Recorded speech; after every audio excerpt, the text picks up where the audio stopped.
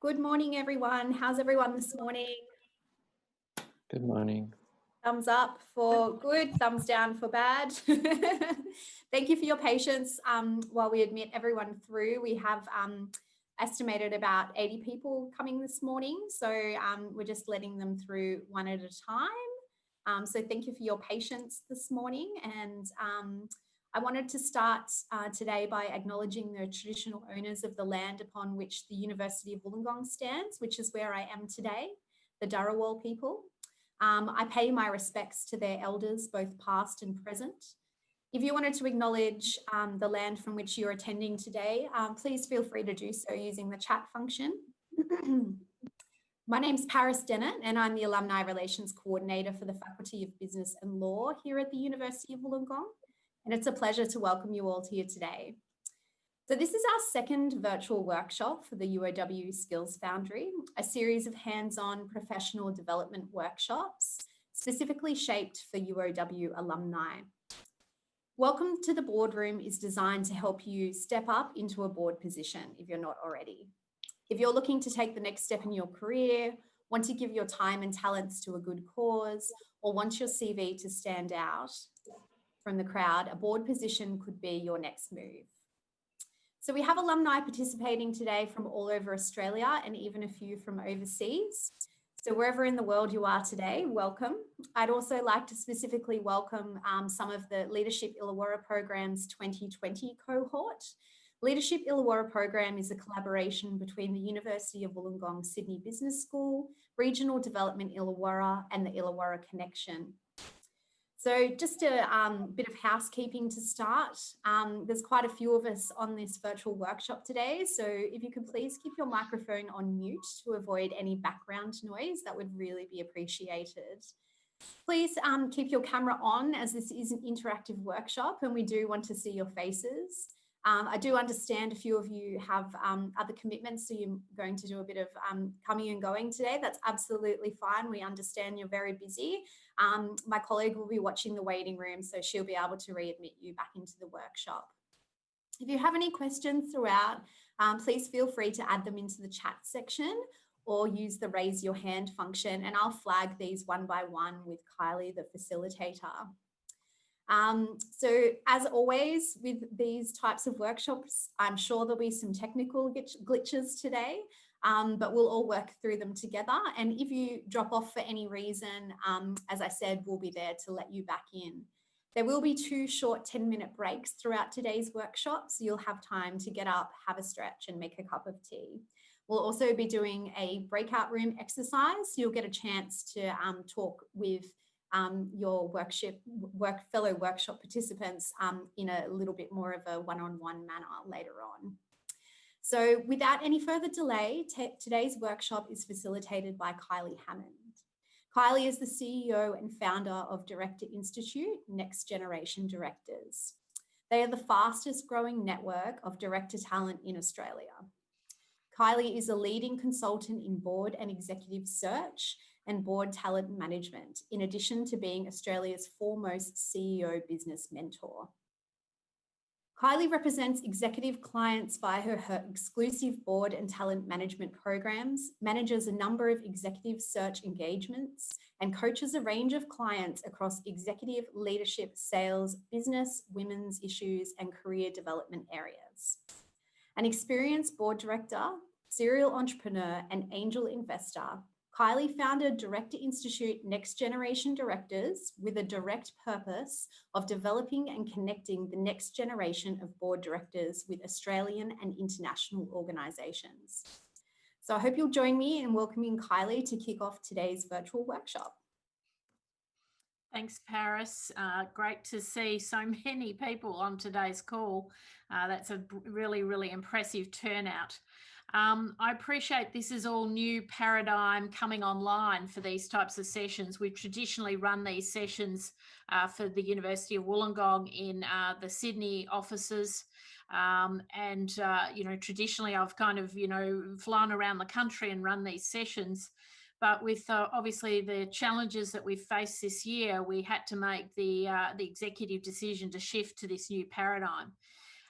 We are in for an intensive today. It is a 4-hour, sort of session, and I appreciate how hard that is to stay engaged at your end. But I encourage you to take notes that will help with retention of information and keeping you engaged.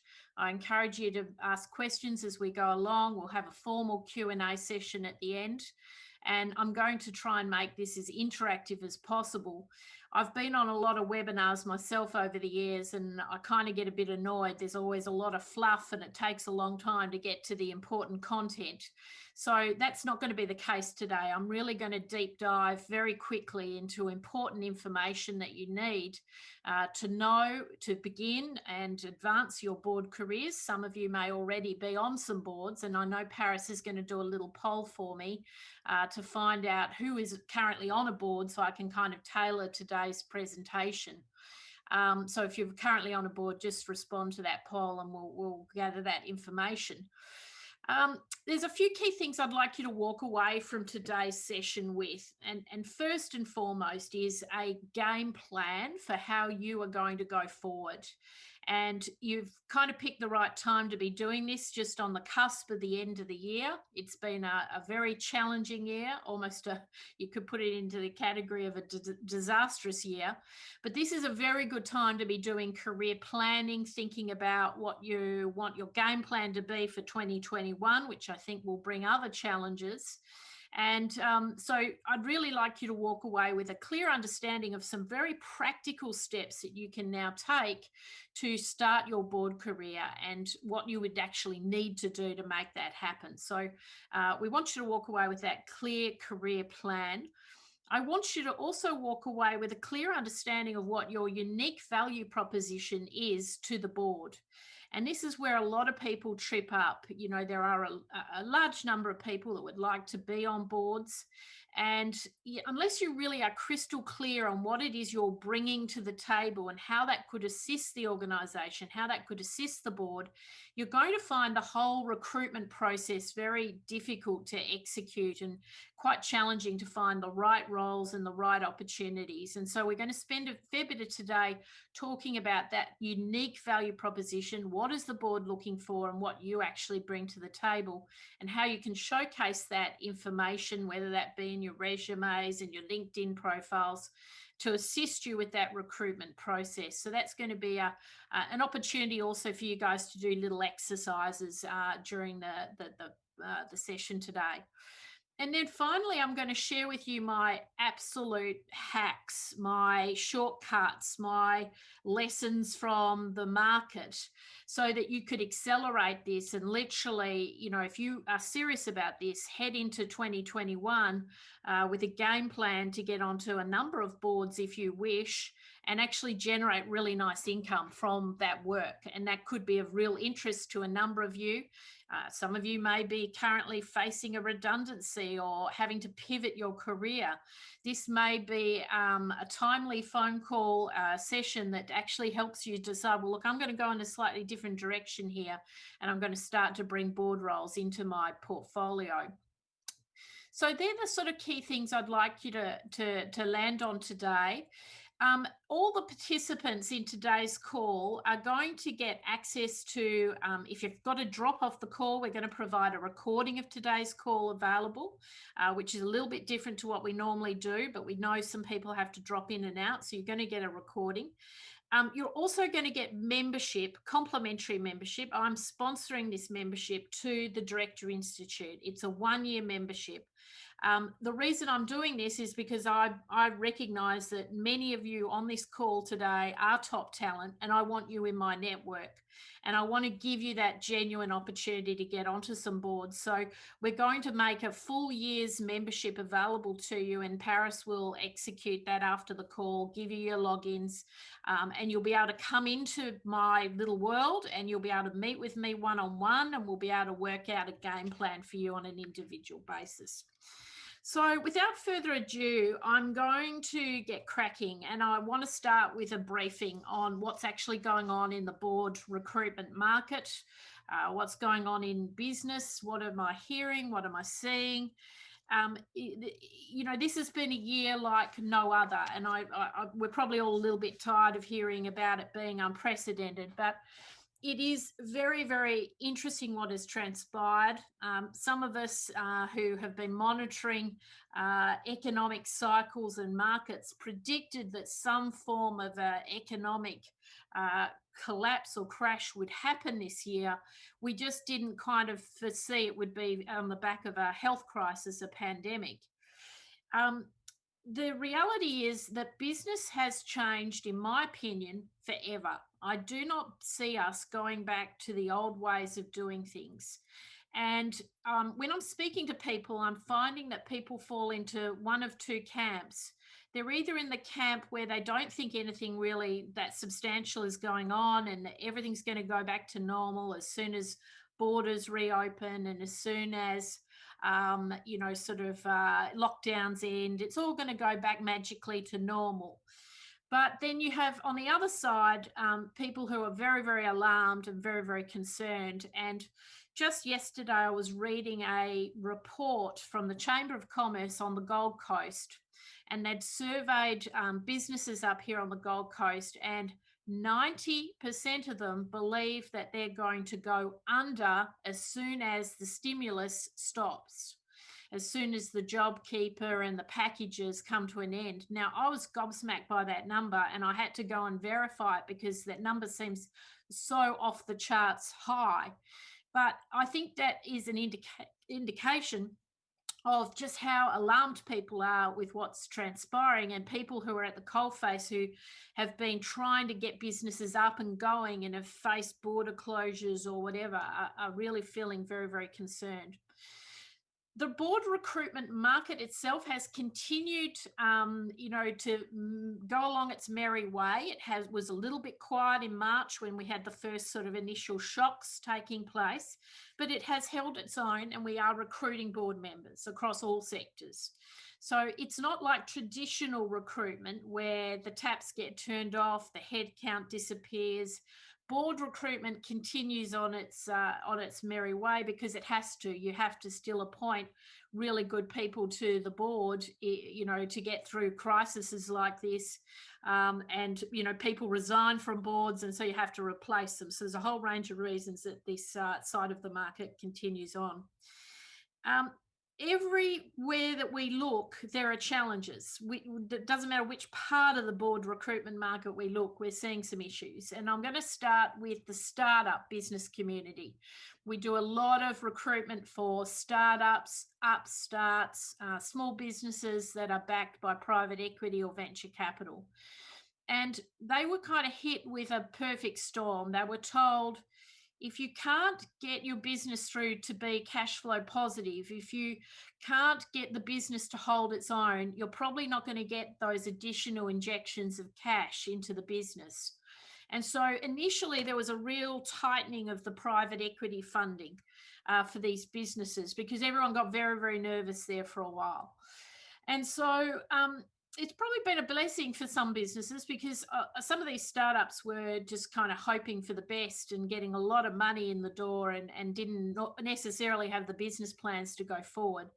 But that market's been really challenging. And so many of those startups have had to look to private investors, private family offices, and the like to get the funding they need to go forward. Thankfully, in the last couple of months, we've seen private equity relax a little bit. They're a little bit more confident. They're backing some innovative businesses, but nowhere near what we were looking at last year with, there was sort of a free-for-all. There was a lot of money being splashed around, and Australia was really coming of age in that startup business community, and we were seeing really interesting businesses getting funded. But there is still demand for board directors in that space. And, for many of you, that may be a starting point for you in your board careers. But for you guys, you will have to be looking quite carefully at these businesses to make sure that they've got the wherewithal to get to Series A or Series B funding and have a solid business plan to get there. So that side of the market is still very active. The private sector, which is everything from a 1 million turnover business to hundreds of millions of turnover, all of those companies are very, very proactively recruiting board directors. And they're finding that maybe the directors they have around the table are not quite the right people to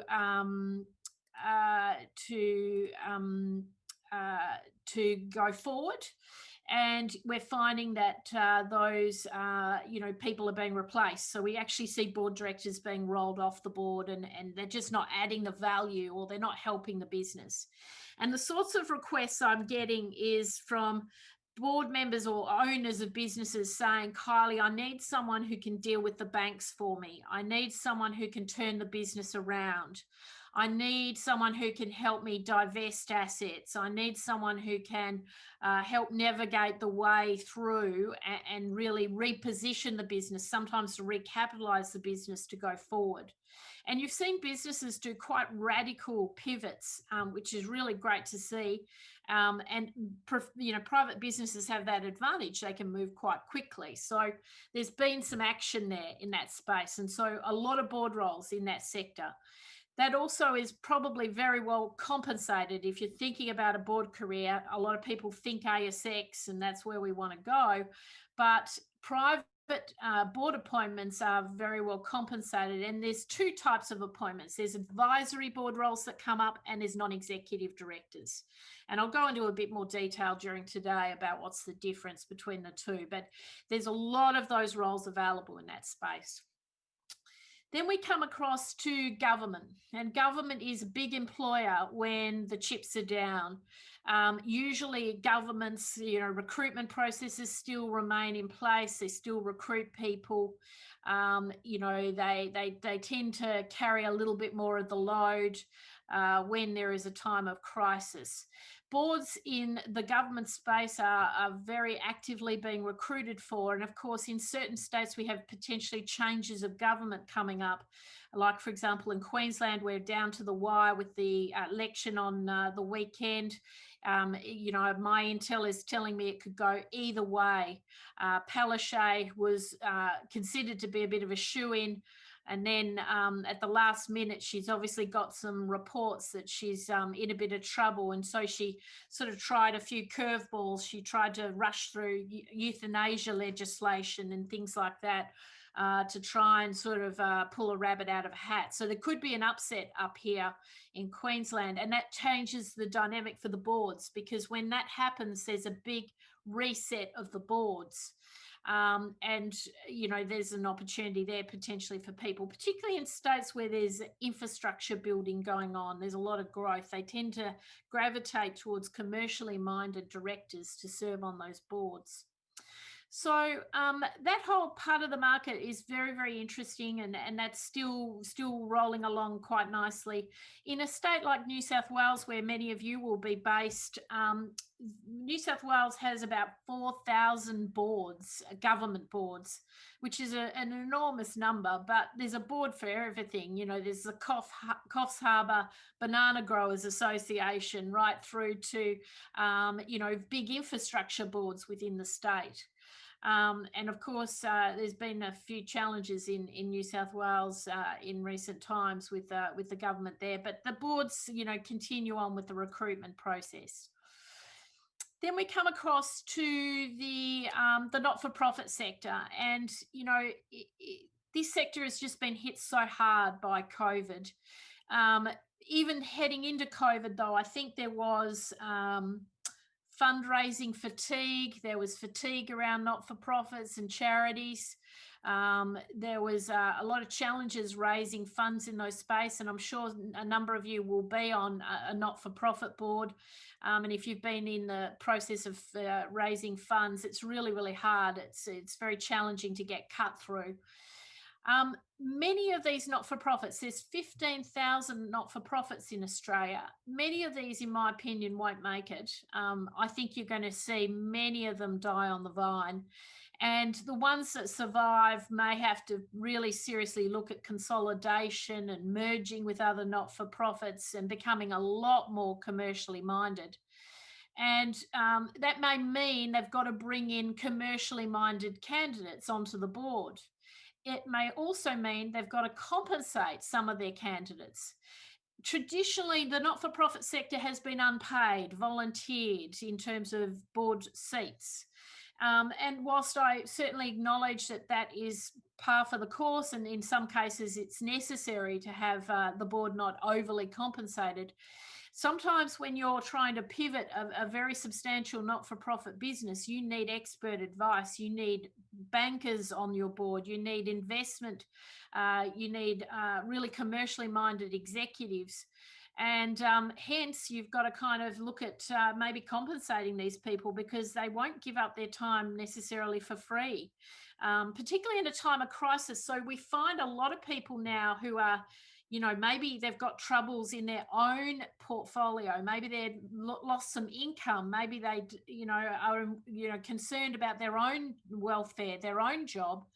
The first thing they might do is actually resign from a not-for-profit board, because they just don't need that hassle at the moment. And so you get a lot of resignations, in that sector. So, a lot of boards in that space, they've got challenges, plus they're losing the talent maybe that they need to take them forward. So for you guys, potentially that is a place where you could step up. It could be the first board seat that you get. It could be where you could make a real difference, and it's where you might be able to give back. And if you have the time to be able to commit to it, it might be that you get that opportunity and it starts to build your profile. So that's a sector that you'd want to have a good look at. And I'll talk through what are some of the issues that you need to be aware of as we go forward. And then finally, I'm going to move over to the ASX, which has always run its own race. It is a boys' club, and I'm not saying you're using those terms lightly. It's a very cliquey group, and there was a study released just this week. It's quite a comprehensive study from one of the big proxy shareholder groups, One Matters, who have analysed all of the board appointments. And what they've discovered is that the boards, the board members are being replicated. They're being placed onto multiple boards in the sector. So one director will probably serve on 6 ASX boards. So you're not getting diversity of talent in the talent pool of the ASX 300. It's the same people represented on multiple boards. They're all interconnected with each other. They've all gone to the same private schools.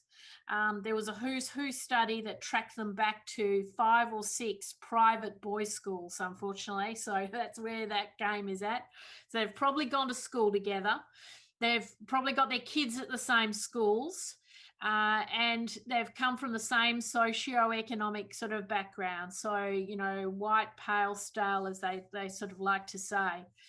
I've traditionally always held out hope that we would try and crack that bubble, but I can see why we're having real challenges doing that, because it's extremely lucrative when you get into ASX board appointments. Some of these appointments can pay $400,000-$500,000 each appointment.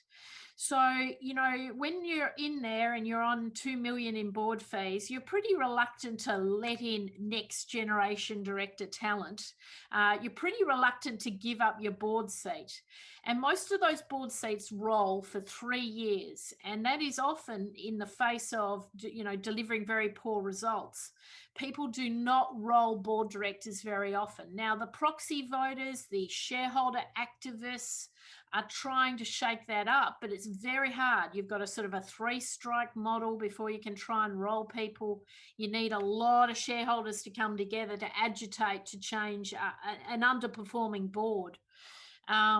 So, once they're in for a while, and you've got to sort of either learn to love them or figure out a way to unseat them, which is not straightforward. So for you guys, that's probably not the be all and end all for you today, because many of you will not be sort of stepping onto the board of ANZ Bank tomorrow. But there are some hacks, there are some ways to break into the ASX, but we do have to be mindful that it is a challenging pathway. And it's not completely straightforward to get up into those appointments. But, there's plenty of other board appointments. We, as a firm, we do about 3,000 board appointments every year, and that's outside of the ASX. So the real game is not in the ASX. There's only about 80 board roles that come up a year in that space. So you really, as an aspiring board director or a current board director, you will be wanting to play in that private sector, in the not-for-profit sector, in maybe the government sector. That's where you're going to earn your stripes. That's where you're going to build up your expertise.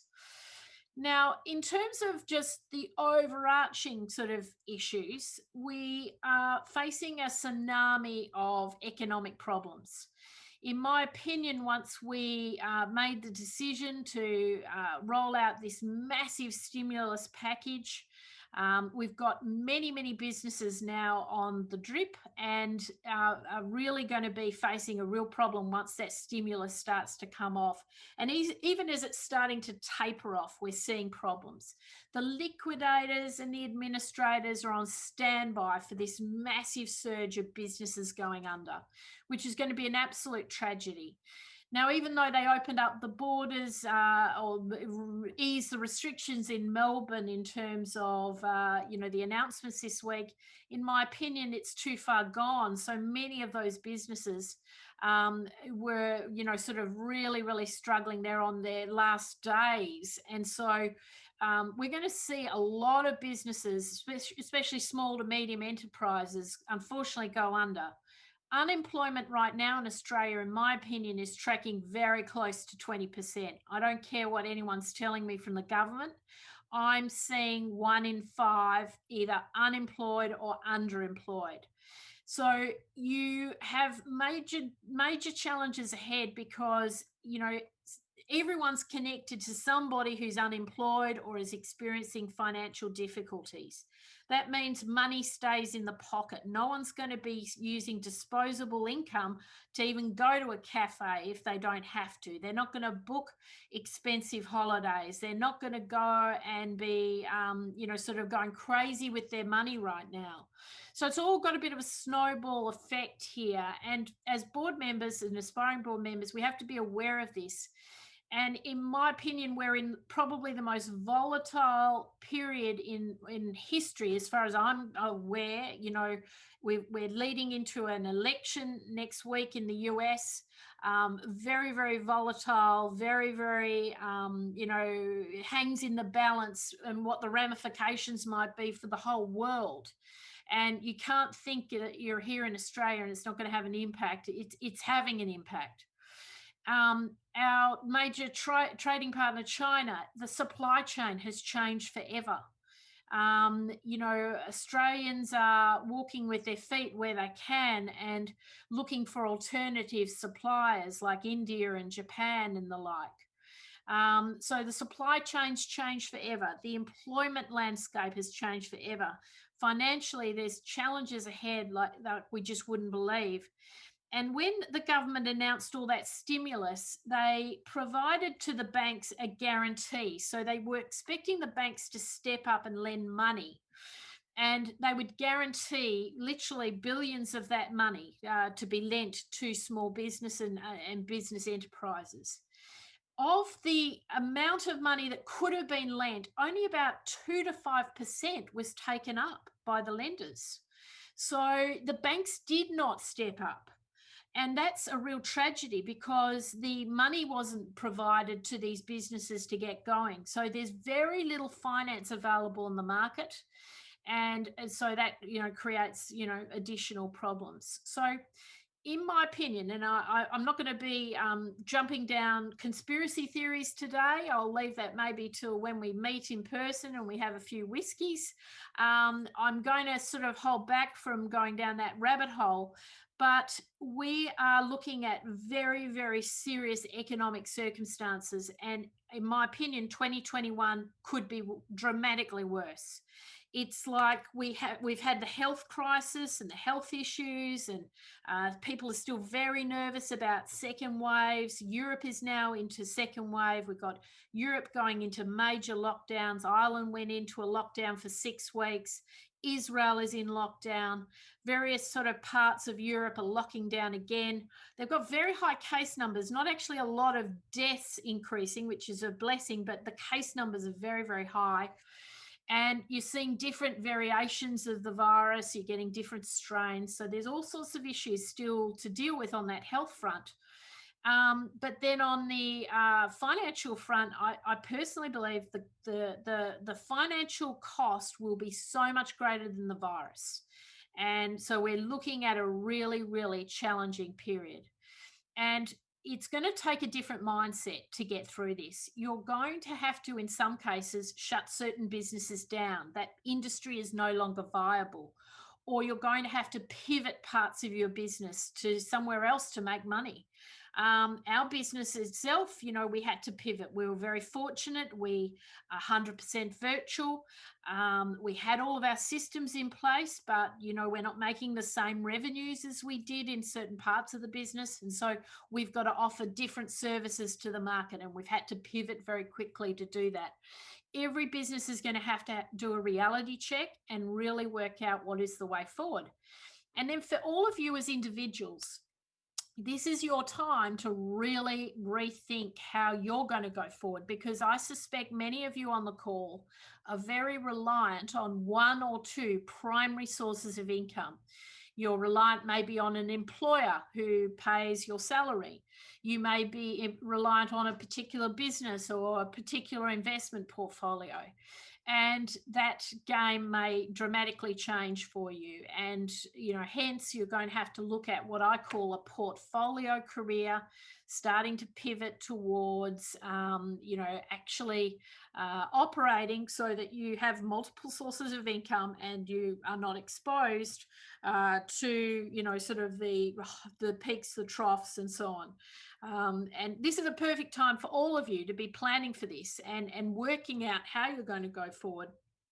Board seats may be a part of that whole solution, because we might actually, in fact, be able to, you know, sort of get that side of things going.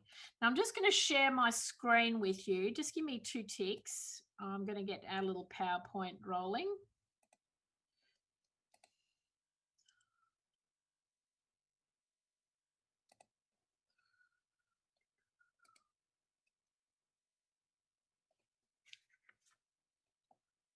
Okay, I'm just actually having a look at the little poll results, which are great. So we have about 34% that actually have served on boards before, but the vast majority, 66%, have never served on a board. So I commend you for getting onto today's call, because in fact, you know, that's a real indication that you wanted to, you know, head in this direction, or at least there's some curiosity about it. If I could just get a few just comments. Can you see my my screen? Yep, perfect. Thank you so much. That's brilliant. So we've done our little poll. Board director landscape. Okay, so so I've given you a bit of an overview of the market, what's going on in the board director market. We've covered off ASX. It's a closed shop. It's a bit of a boys' club. Generally speaking, we've seen very little movement of board directors in that space. Private companies, however, and privateers always lead the way, especially in an economic crisis. And in my opinion, the government should be really stepping out of the way and letting private companies lead the way. You know, the government has a lot to answer for how they've operated in all the different states and at a federal level, because I think they've made the problem so much worse than it needed to be. But private companies, that's the heart of the entrepreneur. That's the heart of where we innovate. That's a part of the market that's very, very buoyant. And there is just literally thousands upon thousands of board seats available in the private sector. I recruit all day, every day. Every company I'm talking to who's over maybe $1 million turnover at least at that point, they've got an advisory board in place. Once they get to 3 to 5 million, they're putting a couple of more serious players around the table. Certainly by the time they hit 10 million turnover, they've got a formal board of directors, and they've probably also got an advisory board as well. So a lot of board seats in this market. If you think about it, there's about 1 million to 2 million businesses in Australia. So, you know, every single one of those businesses has board seats. Early stage startup type businesses, they've had a bit of a kick in the teeth. It's been a very tough year for those guys. They haven't been able to necessarily get the funding. They're having to make it on their own. They're having to prove that they've got proof of life, that they're able to actually trade without the big injections of capital. So this is still a really, really interesting space. I know down towards Wollongong, there's a couple of very interesting incubators and accelerators with backing of, you know, really high profile private equity firms. So even just in your own little world down there around Wollongong, I know some of you have moved away, but Wollongong itself, there's quite a community there, which is really great to see. Private equity, venture capital, they will still always back good opportunities, even in times of crisis. Many of them are looking at different opportunities, but maybe their criteria will start to become a little bit more focused on a surer bet. They may not take the risks that they have sometimes taken. But that market still remains. I didn't mention family offices. Family offices are very wealthy private families who maybe have a lot of investment interests. In Australia, we have about 500 family offices, and they typically defined by having more than about 500 million in assets under management. So these are your wealthy families, like your Lowy family, or you know your Packer family, all those kind of individuals. They're family offices, and they run it like a business, and they often have investment interests. They are often experiencing generational change, and they're moving from, you know, the patriarch or the matriarch coming down into the second generation. And often what they do is they appoint an independent advisory board or an independent group of directors to assist them with those investment decisions. When you look at banks and you look at family offices is where the wealth of Australia actually sits. That's where the money is. And these businesses, you know, operate like, you know, big treasury banking functions, and they do invest in a lot of businesses. So they're interesting to know about. And we've spoken about government, local, state, and federal. It's been you know, there's a fair bit of transition happening there. A little bit more open-mindedness towards recruiting commercial candidates to serve on boards. And, you know, we've seen a number of people make a difference there. And we spoke about not-for-profit having a lot of challenges ahead. Maybe it's an opportunity for some of you on the call to get your start in the board career, to serve on a quality not-for-profit and to make that difference. So something to consider. So I want to just run through, you know, what are the expectations of a board member? And I'm not going to do a really deep dive today on governance and compliance and all the rules and regulations, but I do want to just quickly touch on the impact of the Royal Commission, the Banking Royal Commission. And since then, we've had the Aged Care Royal Commission, and it seems like a constant stream of bad news. You know, this was a bit of a turning point for me, reading and seeing all the results of the Royal Commission. It really was very, very disappointing on so many levels, because all of these directors that were on the banks and the financial services institutions, they've all done governance courses. They've all been members of the AICD. They're all meant to know what good ethics looks like in the boardroom. And for whatever reason, we've seen a complete lack of ethics in the boardroom. We've seen, in some cases, people just not knowing the difference between wrong and right. And I think it's because the governance model is really set up, whether they like it or not, to still really focus on shareholders. Make money at all costs. Now, in theory, they should be focused on their employees, their customers, the environment, the other key stakeholders, and it should be sort of, if we get all of that right, then we'll make money as well. But the reality is that we have a governance model where the chairmen and the board members often just focus on, well, how do we deliver financial results? And they get penalized if they don't deliver those financial results. And unfortunately, everyone else has kind of got caught up in the wash. So it's been a pretty traumatic sort of time. The model is obviously broken, and corporate greed was really in the spotlight during the Royal Commission. Has anything changed? Probably not. If you look at, there was a very, very interesting whistle stop interview that Michael Hirst gave after he gave his evidence at the Royal Commission. Michael and his family were booted off their farm that had been in their family for multiple generations. They were booted off their farm by the ANZ Bank before Christmas. It was quite a few years ago now, 2015. And, absolutely devastating for that family. And ANZ would go on to actually apologise to them on the stand, and they've made some effort to, compensate them, but you can never really be compensated when something like that happens. Money doesn't fix all these kind of problems. And they asked Michael Hirst, he's a farmer from Tasmania, and they asked Michael Hirst, well, what do you think is going to change as a result of this Royal Commission? And he said, we're not going to know for several years whether there's actually been a real cultural change here. It's going to take time to see what actually happens. It's all well and good that ANZ has apologised, but unless they change their behaviour, and unless it's, really sort of institutionalized that cultural change, it's probably not going to make much of a difference. And then you sort of think, well, it wasn't that much longer after all of this that we had the Westpac scandal with all the, the finances running through the Philippines and pedophiles using the bank to, fund their exploits.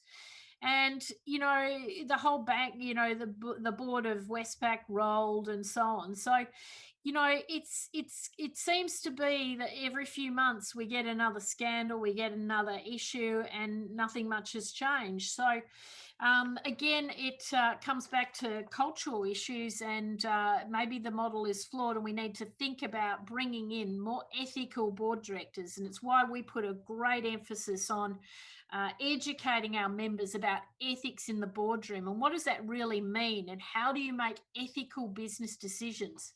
Because certainly when you look at the big investment houses, they're really starting to get serious about ethical investment. And ethical investment, I think, is going to drive ethical business decision-making in boardrooms. And that's going to put people under a fair bit of pressure to understand what that actually means and how it actually transpires in a boardroom and how you make these critical decisions. So when you're looking at your expectations as a board member, what are you meant to be doing when you step into the board? And it really doesn't matter whether it's a small little not-for-profit or it's a small little advisory board.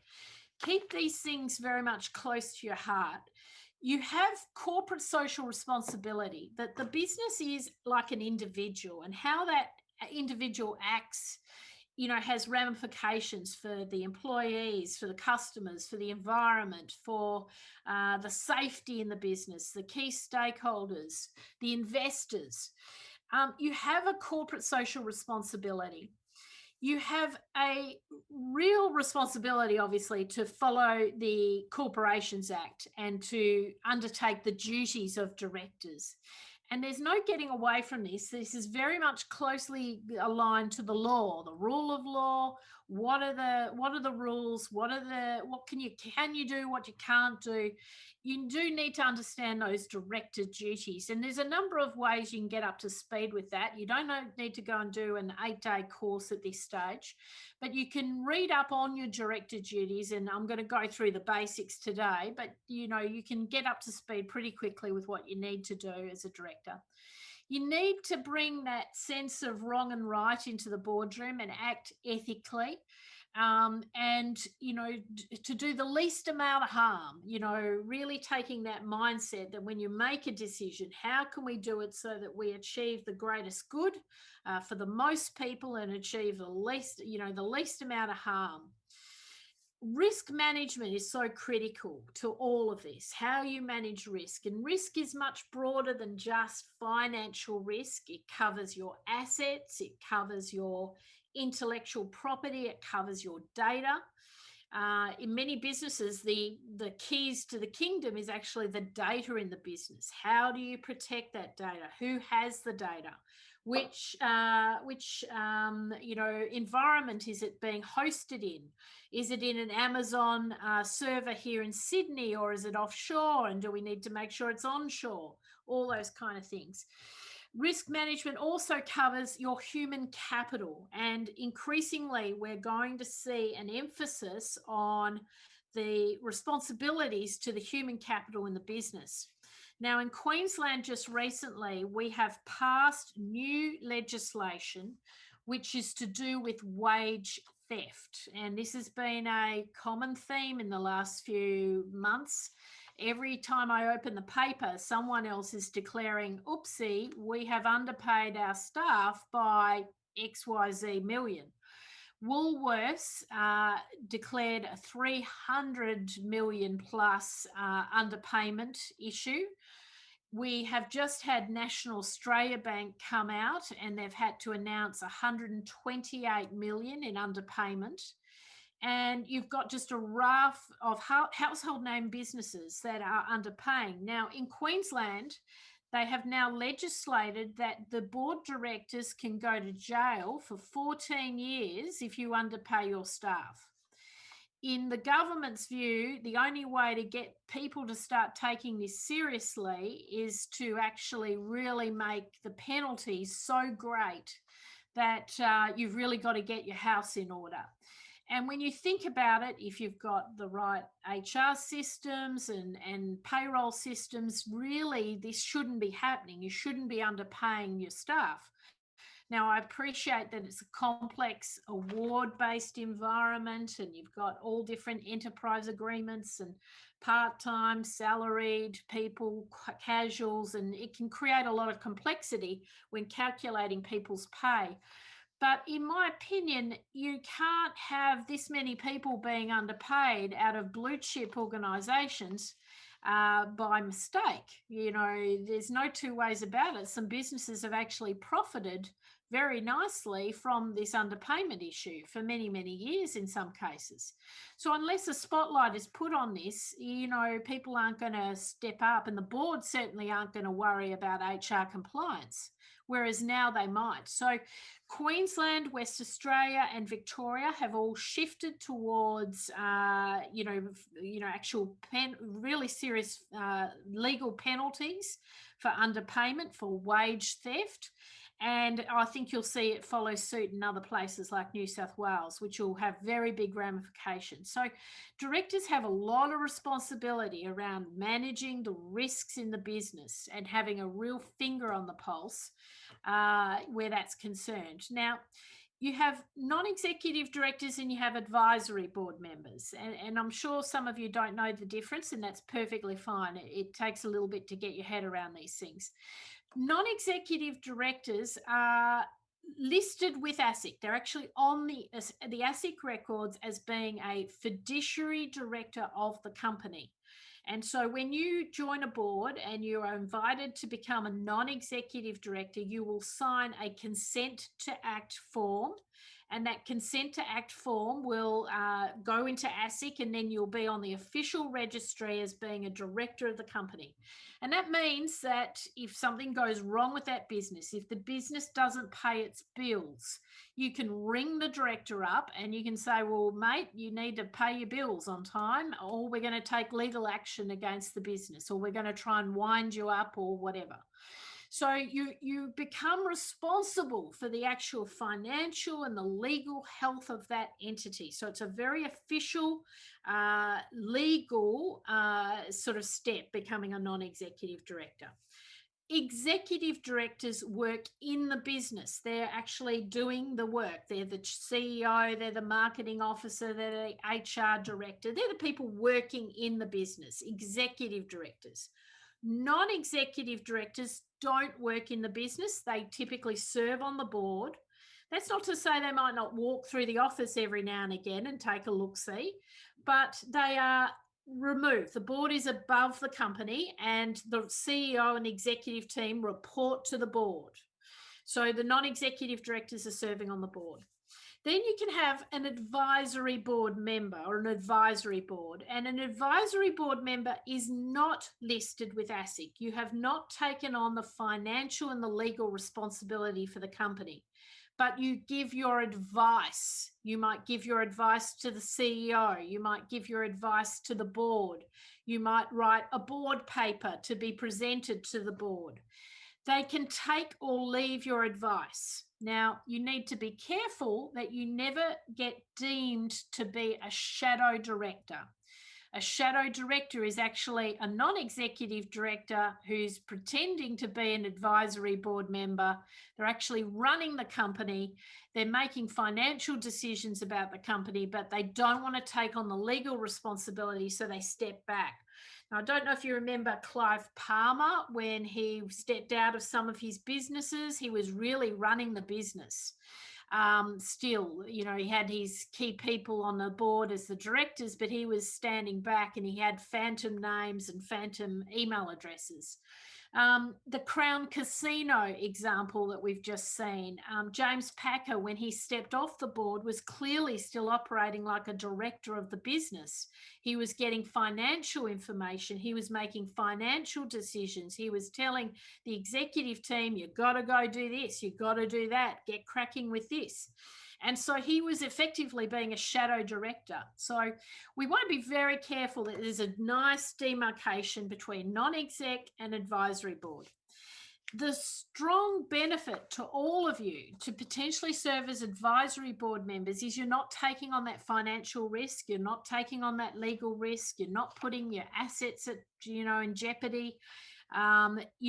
This would be a really good year not to take on too many non-executive director roles, because these businesses may go under.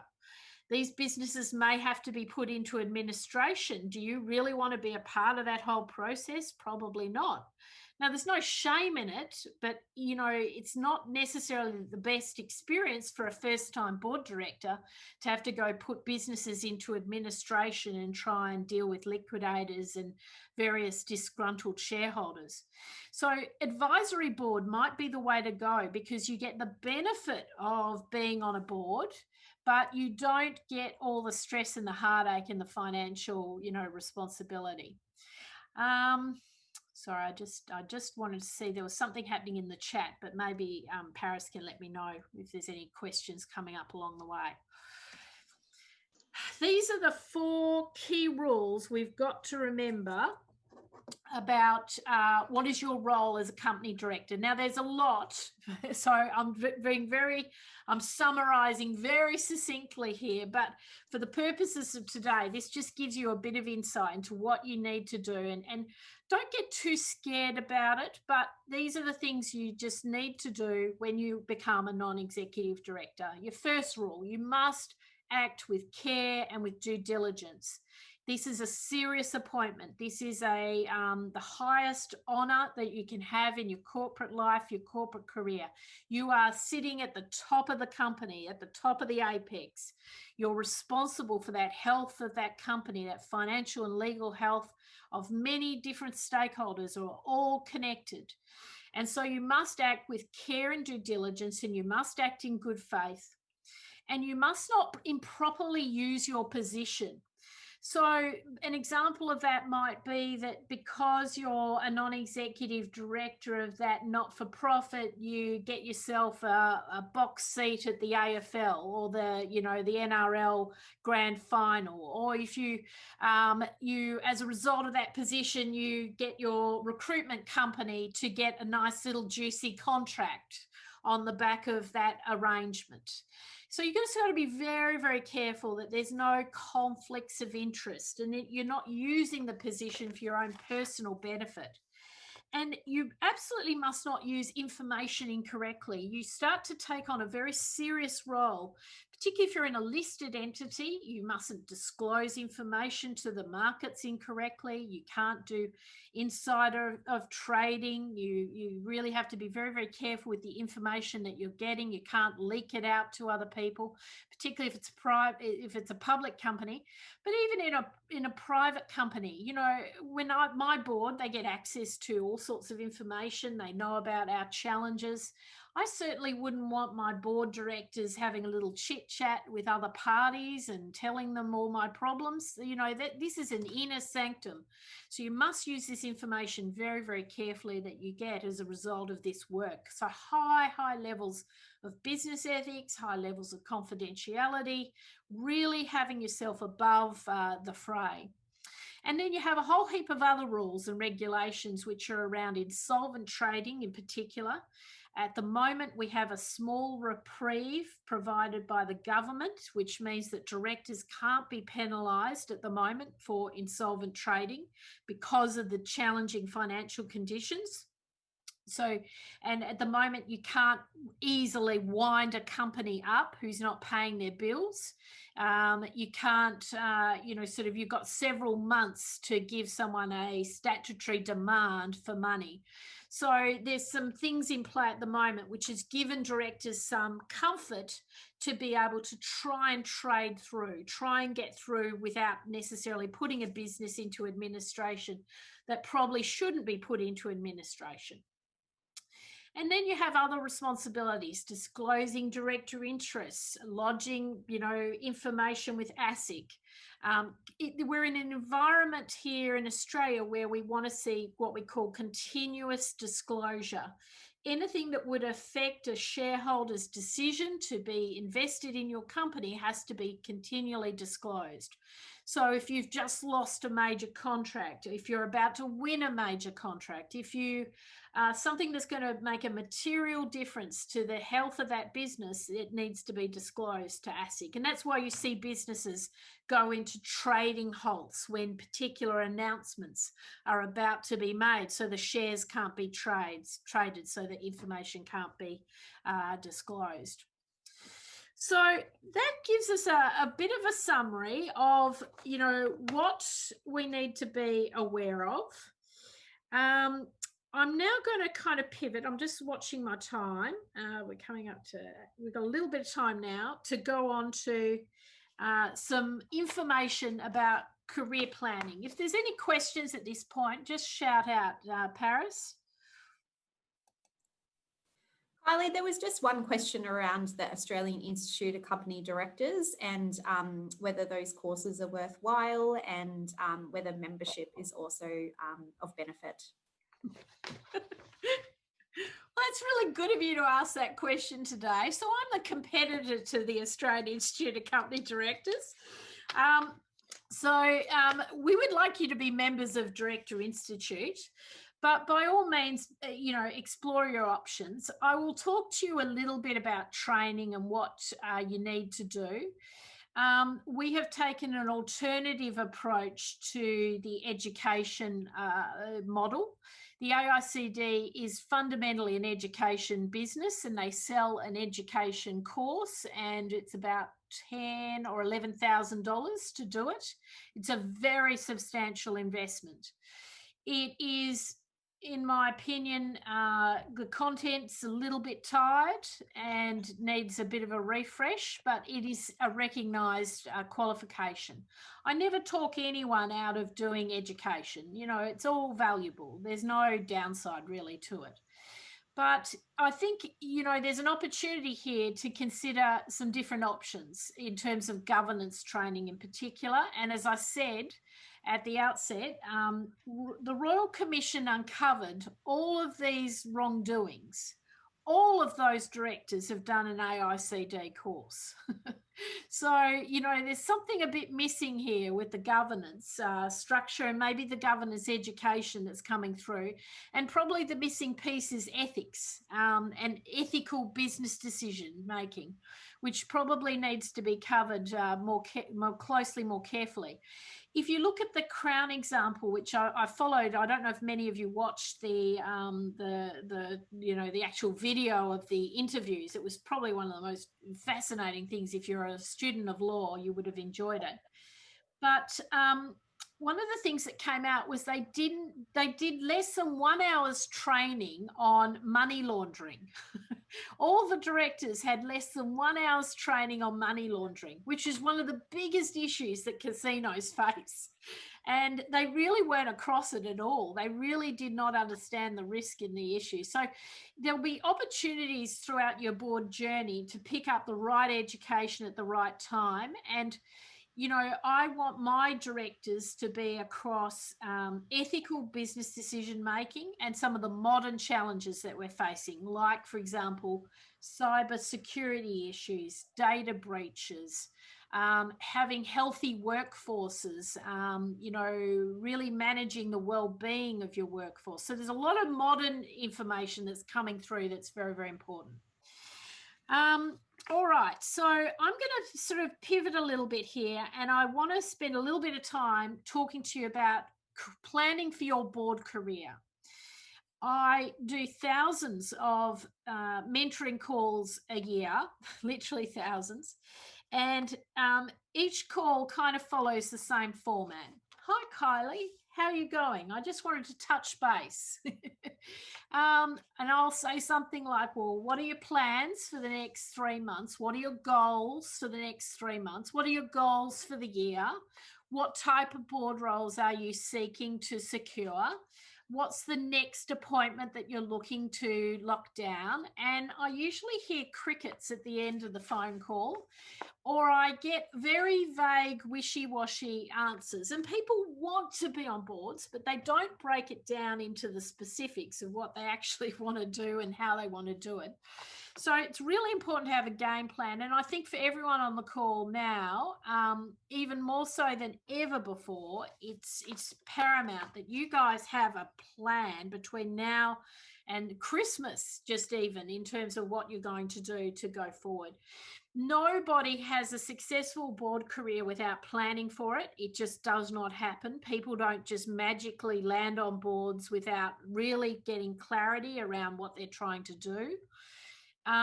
We are seeing people transition from executive to non-executive and having to plan for their retirement. It's not something that just happens magically again. It just doesn't happen. You have to really think about it.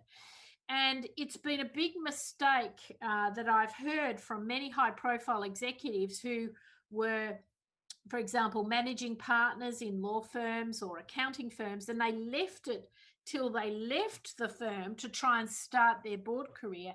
And they found it very challenging to start from a dead start. So all of you have an advantage here in that you could start your board career and start building up some board experiences, which might make a transition to your second phase of your corporate life that much easier because you will have relevant board experience. Some of you are serving an executive role today. I'm sure many of you are a human resources manager or a marketing director or an IT director. You have the opportunity to maybe serve on steering committees within the business that you operate within. That is very good experience. Some of you might serve on a body corporate. That's quite good experience. Some of you may be serving on the board of your school. School boards come with some challenges, but it's also quite good experience. And many of you are already volunteering and doing work in the arts, the sports, the community-based environments, which is all very positive. everything counts. So we want to start to track that experience and make sure it's represented on your resume. Make sure you're getting the most out of each of those experiences. So the next time you're asked to go and serve on a steering committee, don't go, oh, not again. You know, think of it as a positive, because you actually could take that experience and start to showcase this. And these could be the experiences that help make securing a board role that much easier, your first couple of board roles. Everybody I know, and I've been practicing portfolio career for more than a decade, just about every senior executive I know are starting to shift towards what we call a portfolio career, sourcing multiple sources of income. It's actually called a proletarian career. It's where the individual is the master of the destiny rather than the corporation, taking real control over your life and where you're going to go and who you're going to work for and where you're going to apply your talents, and shifting towards this multiple streams of income. So wherever possible, I'm going to try and encourage you to start your board career early. Age is absolutely no barrier whatsoever to starting early. We have some board members in their 20s and 30s, late 20s and early 30s. We have board members who are at the other end of the spectrum in their 70s, and I've got one member in his 80s who's extremely active and you know, very cognizant and able to make a real contribution. So age is absolutely no barrier. It's all about mindset. You might have seen that just recently Telstra appointed a very impressive lady, Bridget Loden, who is the founder of a business called 360 Degree Expert. And they appointed her to the board of Telstra, which is a great appointment. You know, someone very young who's technically sort of, you know, on the millennial side of the equation. And she's bringing that insight into that boardroom to bring innovation to the board of Telstra. So very interesting appointment. A couple of rules you need to know before we get sort of cracking. Board careers are incremental. You know, the first role leads to the second leads to the third.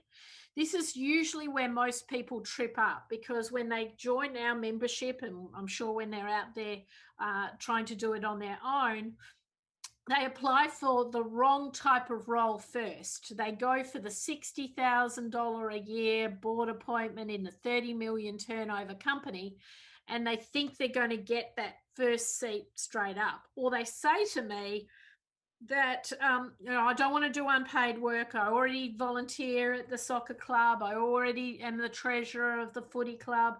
I'm already on the body corporate. I don't want to do any more unpaid work. And so they use that as a bit of a barrier to getting what could be a very good board experience that could lead on to higher profile board seats. So you must remember, board careers are incremental. I can't stress this enough. This is one of those rules that just does not change. I do not see anyone going straight into a high profile board appointment unless they're mates of mates and someone has pulled them into that boardroom setting. So it just doesn't happen for the vast majority of us. So we must remember that. Even the highest profile candidates need to earn their stripes. One of my very high profile clients, he was a managing partner for one of the big law firms. He retired from the law firm. He was best friends with John Howard, the former Prime Minister. He had business connections galore. And he went around town saying, I'm now ready to start my board career. And he heard crickets.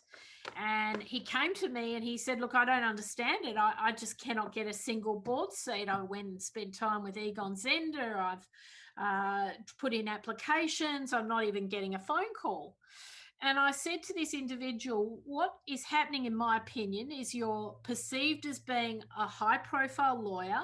You're perceived as being a managing partner. No one is perceiving you as being a director, board director. And I think you've got to start with a couple of small board seats to give you a bit of kudos, and then the rest will take care of itself. And he said, well, I'm going to put you in my hands, Kylie. You sort this out for me. And so I put him onto a not-for-profit. It was a a quality not-for-profit focused on corporate wellness, which he was interested in, having come out of the law fraternity and the challenges on that workforce.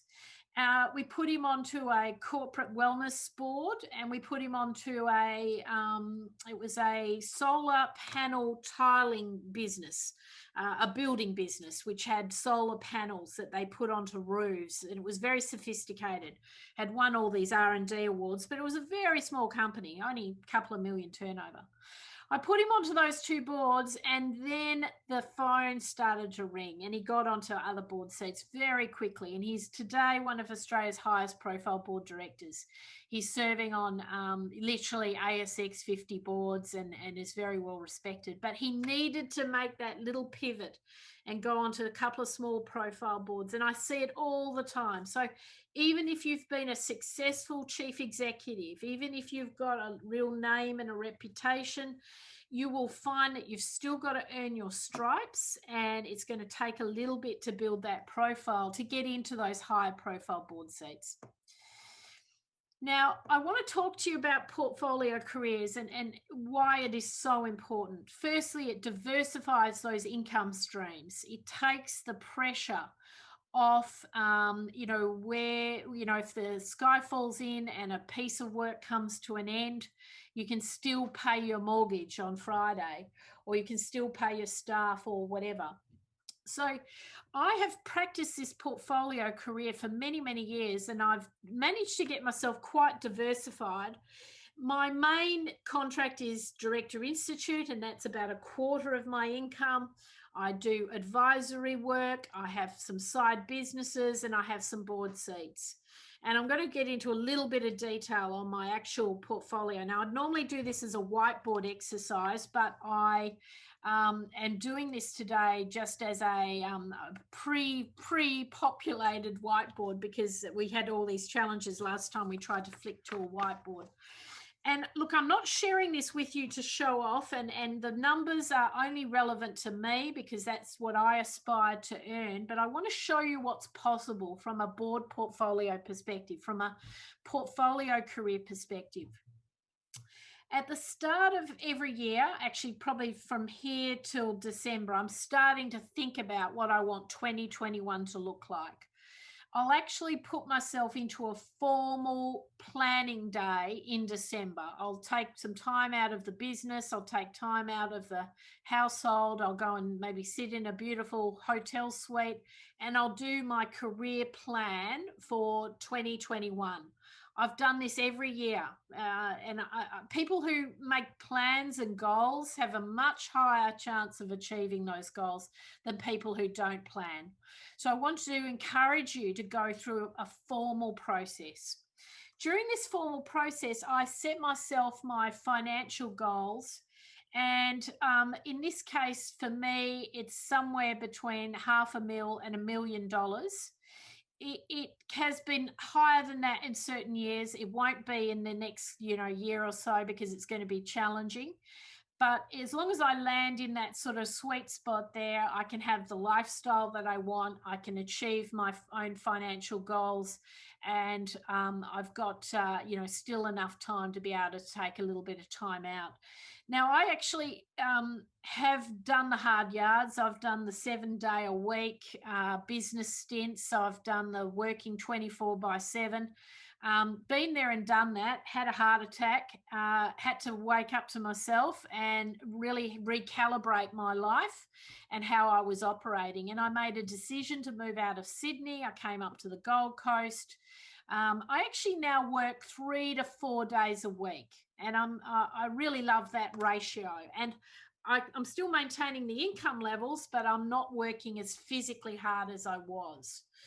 I actually, at the moment, I'm blocking out some additional time because I'm doing my Masters of Law at Bond University.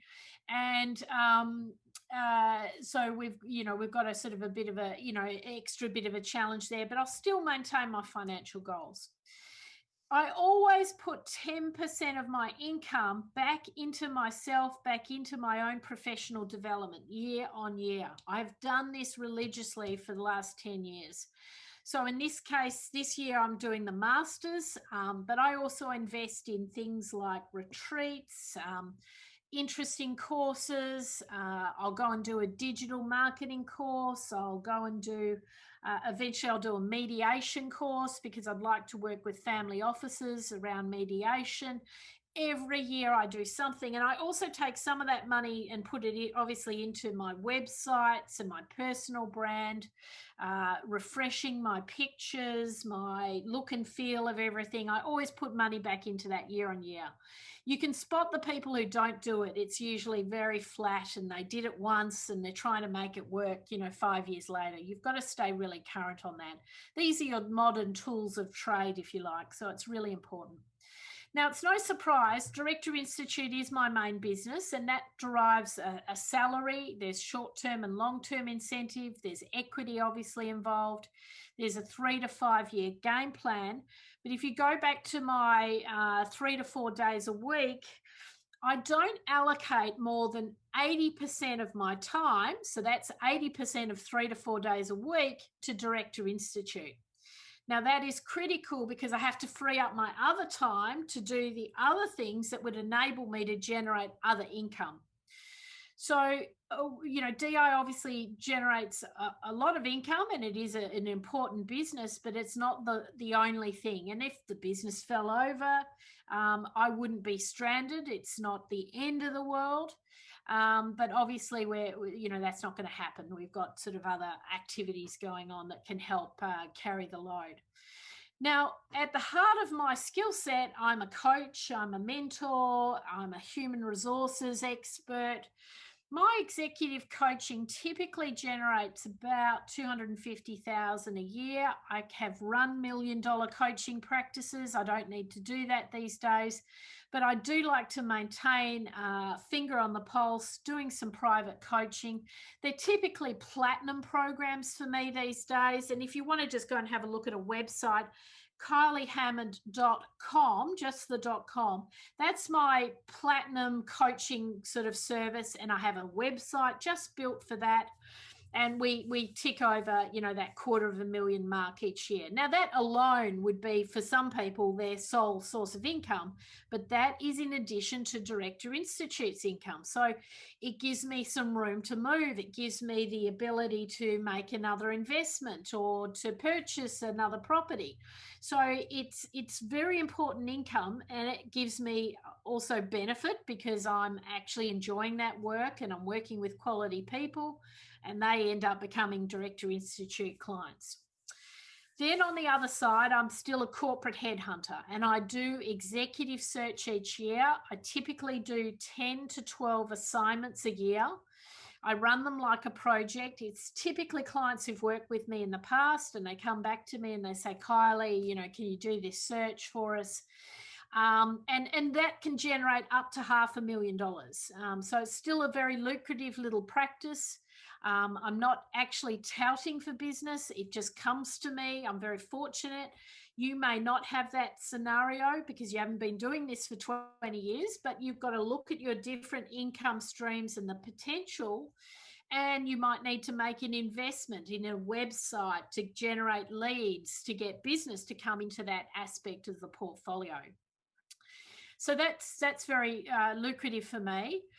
Then I do also some advisory work, and my advisory is typically around capital raising. I raise capital for startup businesses, and I take a commission on any capital that I raise. And I sometimes also get some recruitment fees depending on the scenario. That has been soft in the last 12 months, but it's still generated about 100,000. So, in a good year, that would do $500,000, so it's still there, tinkering away in the background. And then I have my board seats. So I'm formalizing my governance experience myself. I'm doing a Master's of Law in Enterprise Governance through Bond University. This is today the only Master's of Law combined with Enterprise Governance studies. in my opinion, this is a real shake-up in that governance training space, and that's why we've aligned there with Bond in regards to our governance training. And so I'm doing those studies, and my aim is to end up on at least 3 or 4 boards, you know, in the next few years. At the moment, I'm serving on 3 advisory boards, and they each generate about 60,000 each for me. And I would like to probably, if I get time, it's not easy with my workload at the moment, I might look towards one not-for-profit. I've got my eye on the guide dogs. It's a particular charity I have an affinity with, and I'd love to serve on their board, but I've just got to pick the timing on that. So I am generating some income from my board work. That is the game plan. Eventually, Director Institute might get floated or sold. And then the board roles would then take a bigger part of the quadrant of the portfolio. And then I have my other side hustles, my side interests. So I own racehorses, which generate a little bit of money for us. I have investments in gold and Bitcoin, which are both looking very positive at the moment. And I've got some side e-commerce businesses. I'm always looking for businesses that I can run that are very low overheads and aren't going to cost a lot to manage or not take up a lot of my time to manage. That's why e-commerce businesses are very attractive to me.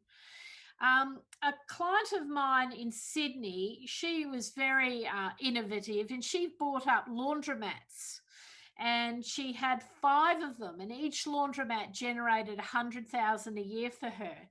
So, you know, and I've got another friend who owns the vending machines. He probably owns most of the vending machines around Sydney. That's, you know, a multi-million-dollar business. But, you know, they just go out and fill the vending machines up. There's not a lot of, you know, actual cost once you've got them, you know, set up in the infrastructure. Coffee machines, you know, you can make great money. So there's all sorts of little side hustles. So in your, I don't know if you've downloaded your workbook, but there is a workbook that's been provided to you, and Paris can get you the link if you haven't got it. But on page 6 of your workbook, there'll be a diagram, a little circle like what I've got here, page 5 on mine. There'll be a circle like this, and I want you to take a little bit of time out to do this as an exercise. And I want you to start to think about what you could add to your portfolio. And I want you to try and come up with at least 2 additional sources of income to what you are doing today. And your options might be training. You could do a training course. You could do mediation. You could do mentoring. You could do coaching. You could help companies with grant writing. There's all sorts of things that you may have as your intellectual property that you might be able to do. You could write a book and sell the book. Or you could do an e-learning course. All sorts of things you could think about. You can also obviously add board roles and board seats. So I want you to take a little bit of time. We'll give you a few minutes to do this and put together this little, this diagram. Don't worry about the numbers at this stage. Think more about the actual type of work that you could do that could diversify your current portfolio. So have a crack at that, and then we'll come back and, you know, talk a little bit further.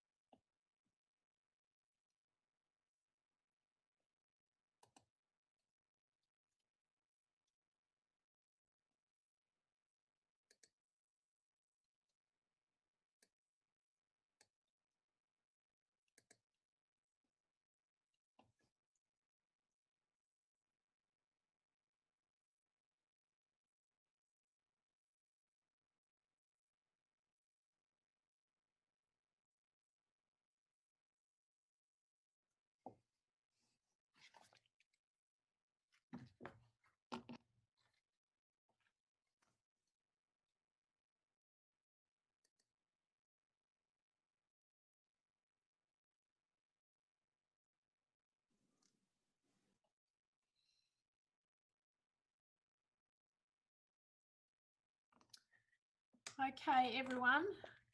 Hopefully you've got a little bit of progress there. Now, this is going to be really the key for you guys over the next few weeks as we head into the end of the year, thinking about how you want that portfolio to look, what types of income you'd need to be earning, how you would diversify your risk, eliminate that risk of being reliant on that one source of income.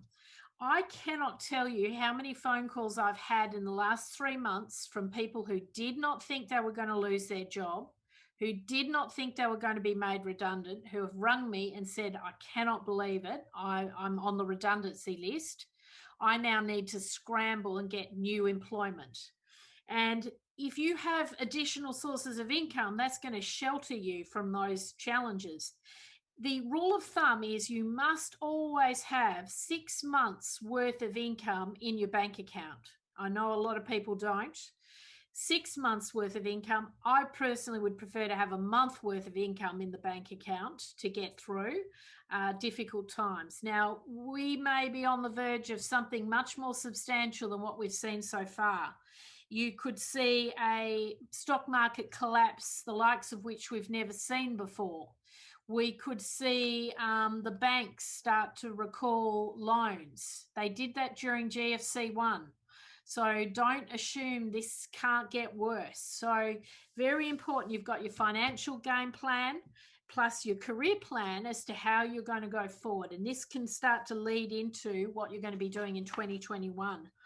So we're going to take a quick 10-minute break. This will enable everyone to go get a cup of tea, cup of coffee, take a toilet break. We're going to stay on time though, so it will be a strict start in 10 minutes. So get cracking, and we'll be back here very, very shortly. Everyone, feel free to just turn your camera off, but stay in the session. That way we don't have to readmit you. We'll see you in 10 minutes. Good idea. Thanks, Paris.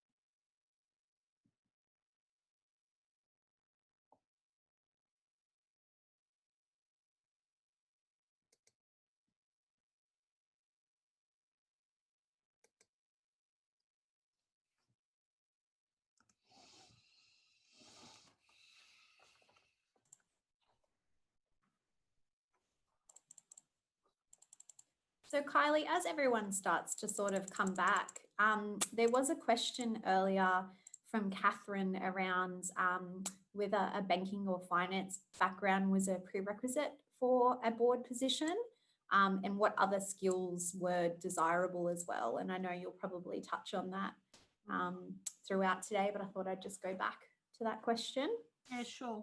Look, I think there's a complete shift in who is being appointed to the board. Traditionally, we used to appoint investment bankers and lawyers, accountants, investment bankers, lawyers. They were the three main sort of groups of people that we appointed.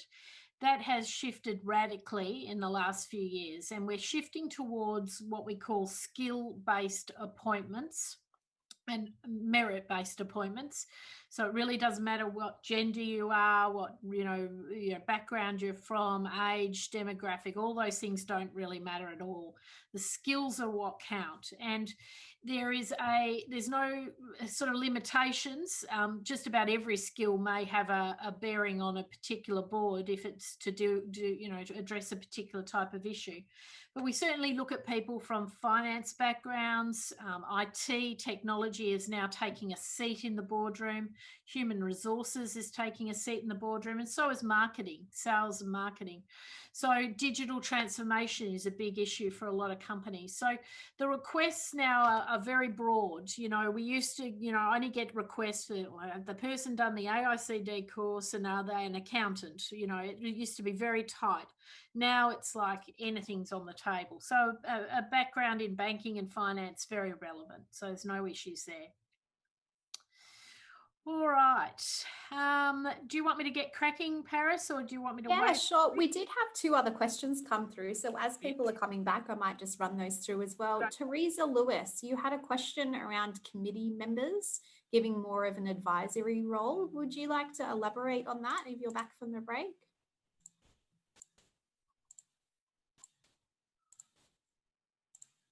I've just got to hit the unmute button. Okay, I've served on a few committees, but obviously I would like to know with the board members, but they're more sort of going up the ladder, climbing up the ladder, as you say, per se. But for committee members, then we give more advisory roles. Is that correct or not? Yeah, so committee member is usually not listed as a formal director of the business, but sometimes a non-executive director can serve on multiple committees. So it can depend a little bit. So certain companies may have already appointed you to the main board and then asked you to serve on a committee. From the sounds of things, you're serving on a committee, but you're not actually on the main board. You're advising basically the board of directors. And what often happens in that committee is the committee might be focused on a particular area of risk or compliance, or it might be an audit committee. And so you would then prepare board papers and reports that get sent to either the CEO or up to the board itself, so they can make better decisions. Committee work is very important because it really is what underpins a lot of the decisions, and it goes into the board papers and it then goes to the board to make those critical decisions. So serving on committees is good experience. And it's a good way to learn how boards operate, how you have to collaborate. In a committee, it can be a little bit more hands-on, maybe a bit more argumentative. There's a bit more debate. There's a bit more free thinking that happens to help, reach a conclusion or a recommendation. And then it gets sent obviously up to the board sometimes to make critical decisions. So it's really valuable work, that you're doing there. Thank you. And Kylie, we have a few more questions, but I might hold them to the end so that we can stay on track. Okay, I saw a few of them in the chat box. You're doing well. You're collecting some good questions for me. All right, so we'll keep going because we've got to power on. I'll just get my little screen out of the way. Paris, can you see my PowerPoint but not my screen of the videos? We can see your PowerPoint slide, not videos. Perfect. Yet. Good stuff. It's all looking beautiful then. All right. So now we're going to get into a bit of a section on how do we actually make this happen. I'm assuming most of you have a reasonable level of interest in making this a reality. And this is where I'm going to share with you my secrets, if you like, my rules of the game. What do you actually need to know to be successful in securing board roles? How do we turn this into a reality? And I'm basing this on the fact that I've literally, been involved in maybe 10,000 plus board appointments. I've seen what works, I've seen what doesn't work, and some of these rules of the game are going to be a little bit confronting for some of you on the webinar. For some of you, it will seem like common sense, but in my opinion, this is what we need to know to be successful in this space. And the rules don't really shift. I've done this a long time. I'm not seeing much movement in my rules, so I'm going to give it to you warts and all. And the first rule is probably the rule that probably upsets people the most, and it takes a little bit of time just to take a step back and think about it. The rule number one is that nobody wants a nobody on their board. And when I get a brief from a client and client rings me up and says, well, look, I'd like a board director who can come and help me do this, this, and this. They don't ring me up and say, look, I want a B grade business executive, somebody who's currently unemployed, somebody who's on the dole queue, somebody who's got no network, someone who, there's no thought leadership about them in the market, somebody nobody's ever heard of. They don't give me a brief that says we want a sort of a nobody to come onto the board. They're quite the opposite. They say to me, look, I'd really love industry icon Andrew Banks to come on down. I'd love Elon Musk to help us with our new venture. And you've usually got to counsel them that you've got to kind of, do a reality check. That you might not be able to get those superstars onto your board, but you might be able to get someone with the right skills and experience. So you have to do a bit of a reality check. Most of the people on the call, and I had a quick look over the names when the little videos popped up. Nobody's really a superstar in this room here today. And I don't mean that in a disrespectful way. Absolutely not. Please don't take that the wrong way. But you don't have high profile. You're not in the papers. You're not in the media. You're not. If I said your name to a chairman, the chairman would say, oh, I've heard of Teresa Lewis. Oh, yes, I've heard of Shiraz. Oh, yes, I know Carol. I've read about her in the paper today. That just doesn't happen. So you've got to do a bit of a reality check, and you've got to use some hacks to create some profile. And profile can be created by having a good online profile, a good LinkedIn profile, a website, having some thought leadership being published in the magazines. There's all sorts of hacks that you could employ to give yourself some profile that would help turn you from a nobody to a somebody. Now, I don't expect to turn you into a household name big business executive overnight, but I need to get you to a point that if the chairman gets your resume and then he goes and Googles you, he at least sees something about your profile. He gets some recognition. He can see that you're connected to other chairmen and networked with other directors, and that you've got a comprehensive LinkedIn profile. And by the way, here's a white paper that you wrote. You've got to do something along those lines to get rule number one addressed. Rule number two is that all board careers start pretty much well the same. They are incremental, and most people start very modestly. I have clients who have had to do several not-for-profit boards before they got their first big break onto a paid board position. I've got people, who are serving on multiple committees, who are doing some volunteerism, to get to the right place. Most people start the same. Very few people start on the high-profile boards.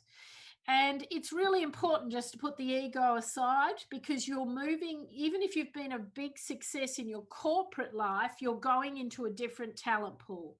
You're now a little minnow in a very big pond, and you're going to have to just recalibrate and earn your stripes and sort of work your way back up. The vast majority of people do start with a not-for-profit board. There's nothing wrong with that. Australia has a culture of volunteerism, and there is an old guard of business executives who think you should do it the way they did it, which is earn your stripes on a not-for-profit board. So, you know, there's a reason why people put not-for-profit and volunteer work into their resumes, because there are a lot of executives, a lot of employers that like to see that showcased in the documentation. So, you know, it would be hard, I think, to have a really, really successful career without having started in a not-for-profit, or at least at some point in your life, given back to the society, given back to a community, given some of your time up. And, you know, sometimes you've got to plan for that when you do it. I'm trying to plan for when would be the best time for me to join Guide Dogs so that I could make a real valid contribution and be able to assist them. The fourth rule is that board search firms are of very little help, and the board recruitment market is very, very different to a traditional recruitment market. There are actually very few firms in Australia that just specialise in board appointments. And it's because it's very hard to make money out of board search. It's usually an addition to an executive search practice. And the reason being, it's hard to charge the right type of fees. So when you're recruiting for a CEO, you charge 30% of that person's first year salary package when you're a recruitment firm recruiting for that person. When you're doing board search, 30% of $30,000 is probably not enough money to make, you know, bank and to make it viable. And so that's why there's very few board search firms in the market. And so a lot of my clients think, well, they'll just rush off to Egon Zehnder, or they'll go and speak to their friendly recruiter, and suddenly they're going to be placed onto boards. And the reality is these guys can't do anything for you until you've got several board seats. So you really need to get a bit of profile, couple of board seats before you go and speak to Cord Ferry, and I can give you some guidance on that. The fifth rule is that job boards in this space do not work. Now, there are job boards in a few places. The AICD have a job board where they advertise board vacancies. Women on Board have a job board where they advertise vacancies. And there's a few other providers, and they try and sell you a service where you buy access to the job board to find out about the board roles. Let me tell you why these boards don't work. Because they're a listing and there's no one managing the vetting process on either side. So there's no one who's taken a brief from the company, and there's no one screening the applicants. And so what happens over at AICD is a role goes up on the board, and they get 500 plus applicants for the role. 490 of those applicants aren't the right people for the job. The company secretary logs into the portal, sees all of these applicants, pulls her hair out, goes and has a cup of tea, decides it's all too hard. So job boards really don't work. They're not matching talent to the opportunity and screening out the wrong talent, making sure the right person is going forward and that it is the most, it's the most, appropriate fit. Think of it also from the company perspective. You're recruiting the most important person you're ever going to, recruit for your business. Putting it up on a job board is a pretty lackluster way of going about things. So, companies are flawed in their thinking as well by putting it up on a job board and then going through this screening process. 9 out of 10 times they end up with the wrong person. So job boards don't work. You need to be aware of them, but put them in their proper place. within my own network, I get a few members from time to time who'll be a bit, unhappy, and they're saying it's not working for me, I'm not getting success. And we'll often find out that all they're doing is just applying for jobs on a board. They don't even ring the company. They don't even study who's on the board. They don't do any research. They just flick out CVs. That will not work. You will not get success by doing that type of approach. This is a sophisticated approach, and you must be introduced, ideally, to the board to even get you a chance to get in the door for the conversation. Rule number 6, you must keep your powder dry. And this is really important because I know some of you on today's call will have superstar connections. I'm connected to, Anne Sherry, Christine Holgate. I had a little email from her this morning. All sorts of things. I've got connections left, right, and centre. Would I go and contact them all when I need their assistance? No, absolutely not. I'm going to keep my powder dry. People can only help you when you're at the right stage to be able to try and assist you. So in the case of my contact like Anne Sherry, she's on a whole heap of boards, very, very well respected. I would only go to her when I've got at least 2 private company boards, a couple of, high potential private equity business boards. And I'd be going to her and saying, Anne, I'm now ready to make the next step. I want to get onto an ASX listed board. So, she could then maybe assist. I'm not guaranteed that she's going to, but she could maybe assist because I'm coming to the table with the right approach and I've got the right information, I've got the right profile. What a lot of people do is they go and chase down these superstar connections and they're not even on a board yet. They don't even have their board resume ready.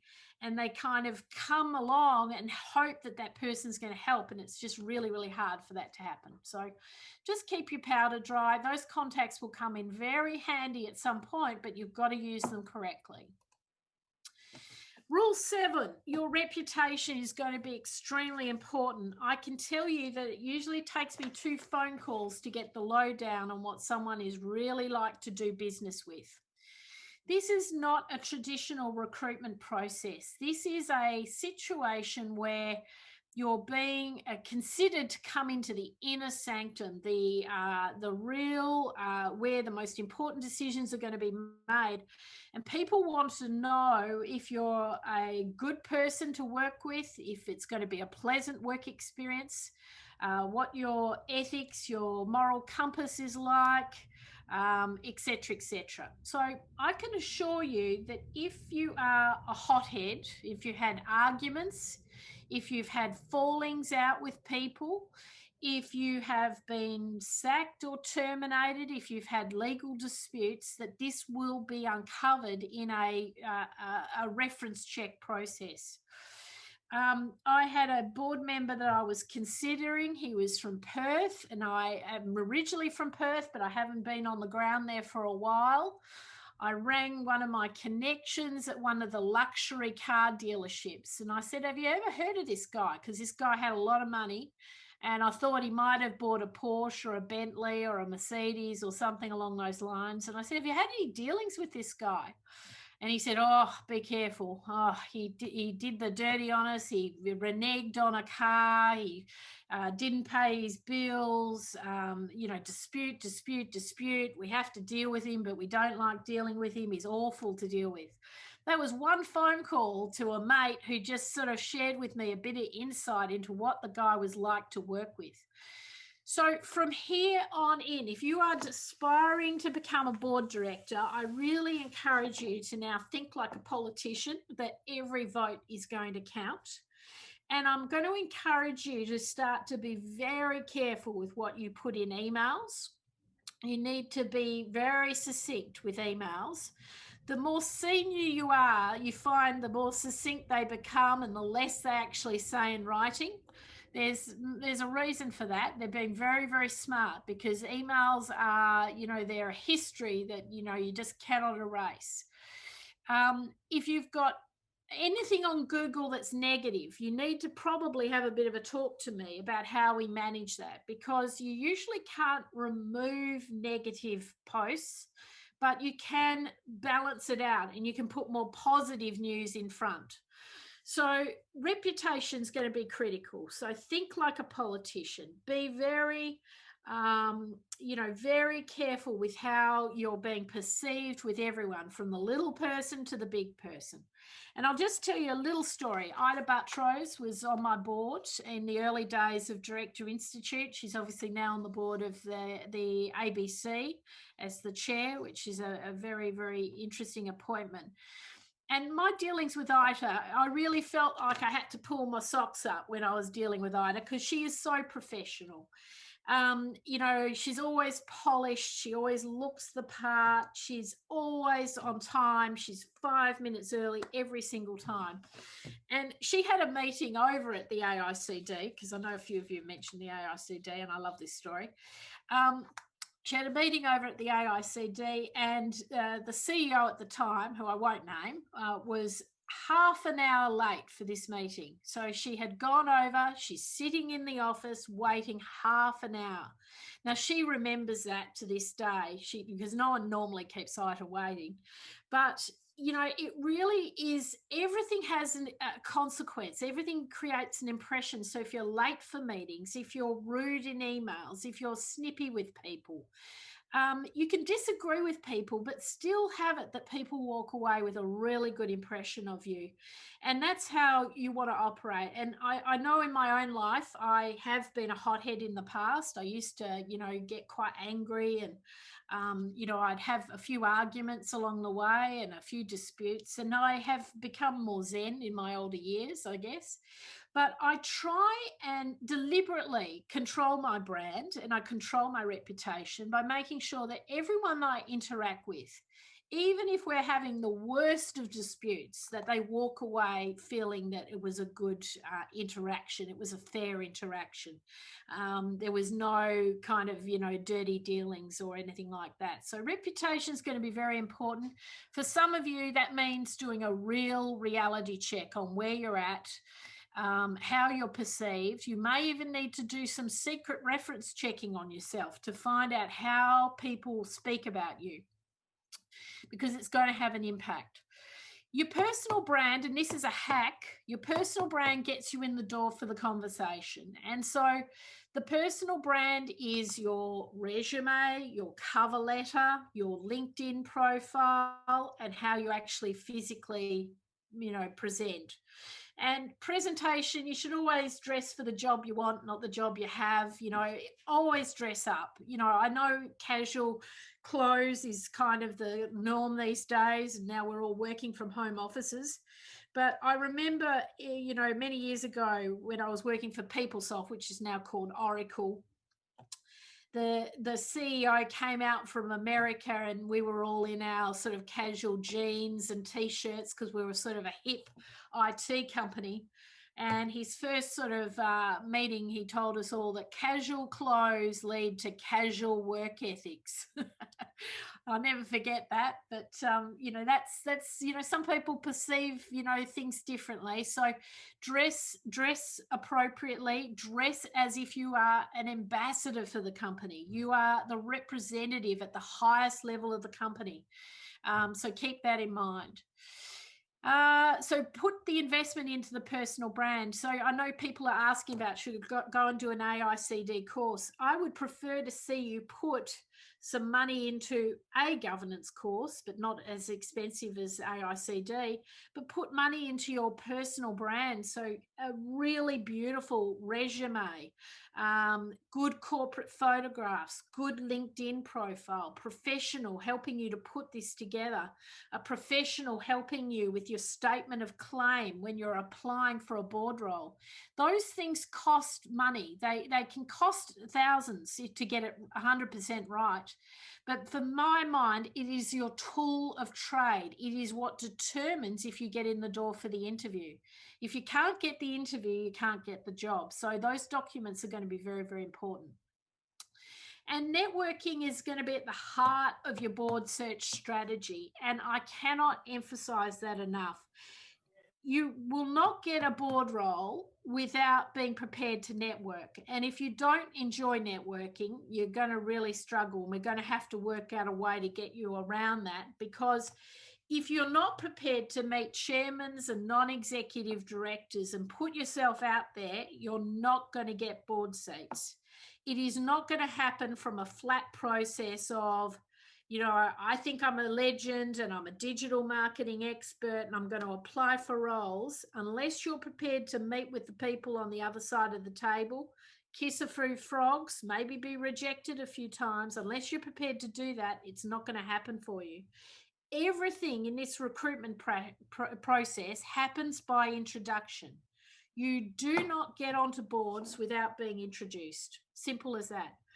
Yes, there may be a application process, but at the end of the day, people are gravitating towards people they know or know of and are connected in some way to each other. So networking has to be rethought. And something for you all to think about is what your networking strategy is going to be between now and the end of the year. Now, there's someone in my network called Gordon Jenkins, and you might be able to look him up, and after this call, when you become a member, you'll get access to his thought leadership. But he's devised a networking strategy during COVID, because we can't do the networking functions that we used to be able to do. We're not doing the after work functions. We're not going to networking events.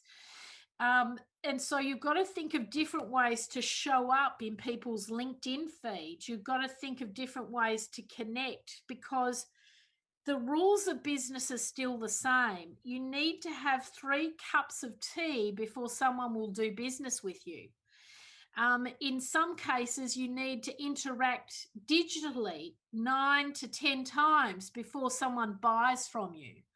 So you've got to rethink your strategy. And so Gordon has come up with this approach of how you can share your thought leadership on LinkedIn, how you can connect with people, how you can quickly build rapport so that you can actually form a meaningful relationship. So I'll try and get you in touch with all of that after this program, because that could be very helpful to you.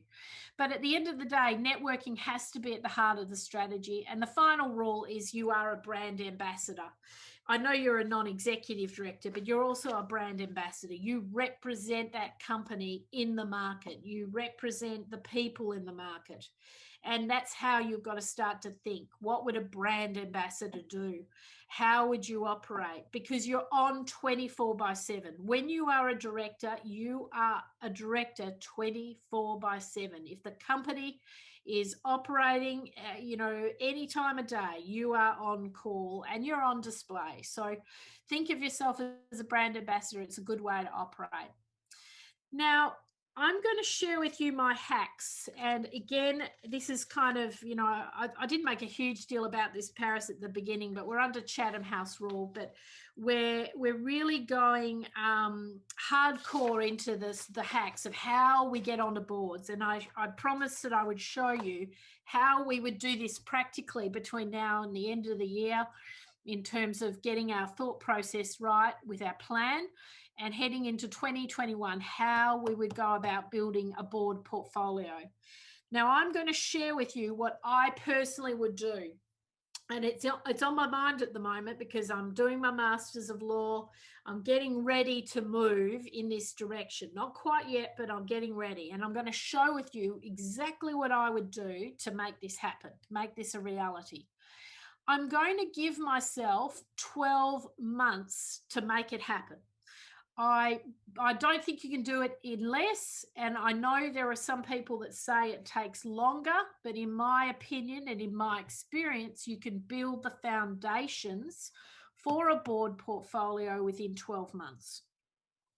I'm going to go into this project, if you like, let's call it a project, with very clear goals. With everything I do in my life, I have very clear goals, and sometimes you've got to burn bridges, particularly with me.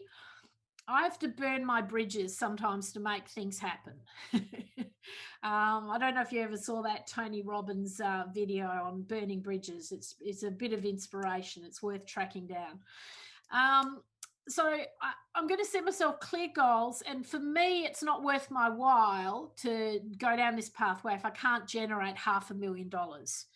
Money's not the be all and end all for many of you, but obviously I've got other activity I can do that can easily generate $500,000 to $1 million. So if I'm going to go and be a board director, that's where I want to land.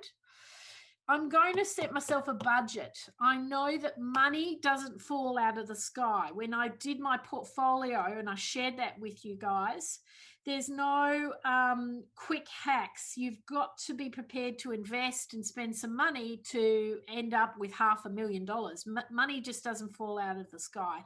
So I'm going to put money towards this in terms of a budget. And so my budget will be somewhere around 30 to 50K if I want to generate $500,000. And I'm going to show you where I'd spend that money.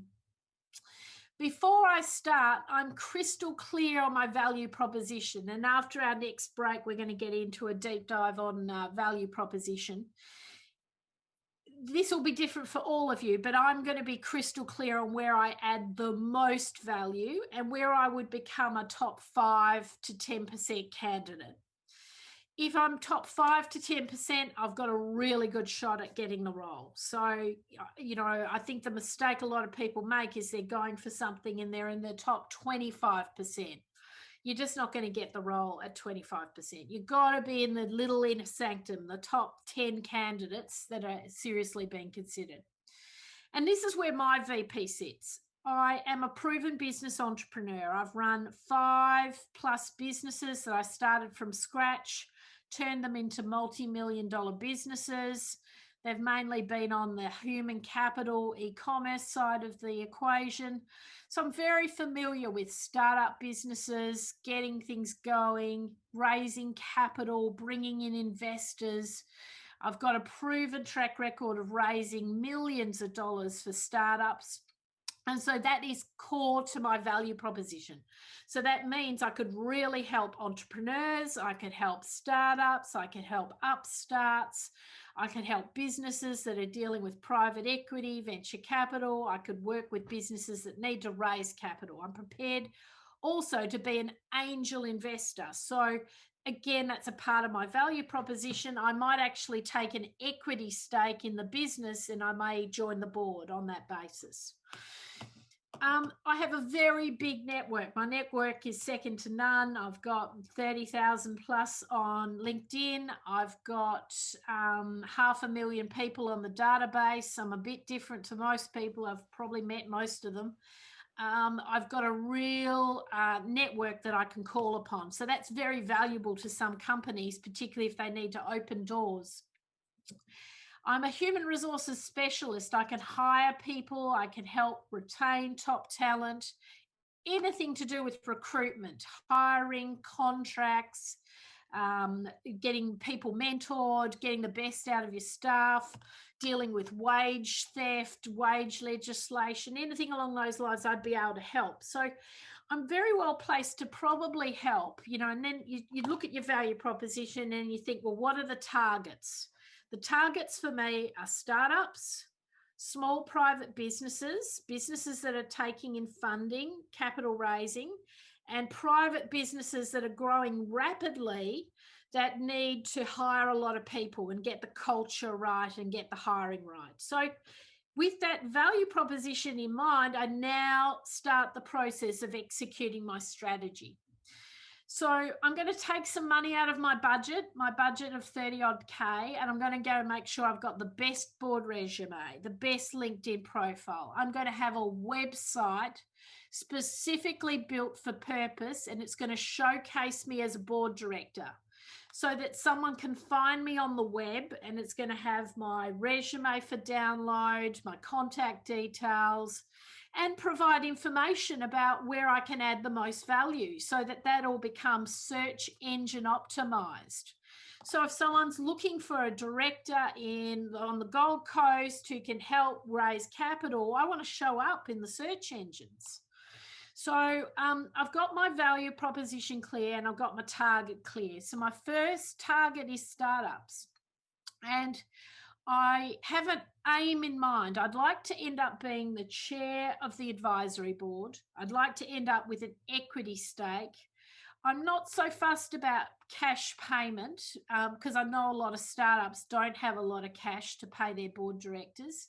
But as long as I ended up with a good equity stake and maybe some cash in the future when the business is cash flow positive, I'd be quite happy with that arrangement.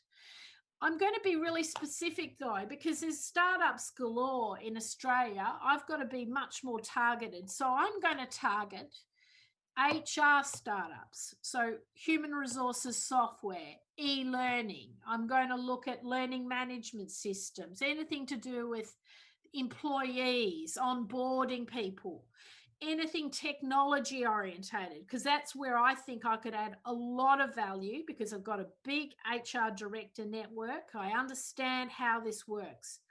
This is another point I'm going to make. You must stick to your knitting. I'm going to not go and sit on the board of a green technology business because I don't really understand that. One of my clients was a lovely lady and she went and joined a makeup cosmetic company. The only thing she knew about makeup was how to put it on her face in the morning. She didn't know anything about distribution, retail, business networks, supply chain, manufacturing, Q&A. She knew nothing about the whole concept of the business. And so she was floundering almost immediately. So I stick to my knitting. I'm going to go onto a startup board that I genuinely understand. I understand the technology, or I understand the people and what they're trying to achieve, the business plan. Now, I'm going to be very aggressive because my goal is to land on $500,000, and the startups are probably the stepping stone appointments to getting me there. And so I've got to land on at least 2 or 3 startups quite quickly, ideally in the first quarter of 2021. I'm going to join incubators and accelerators, and I'm going to get onto their databases. I'm going to follow them on LinkedIn. I'm going to be invited to startup events, pitch festivals. I'm going to get Crunchbase reports that tell me who has taken in funding in the last 12 months in Sydney. I'm going to track businesses. I'm going to start following.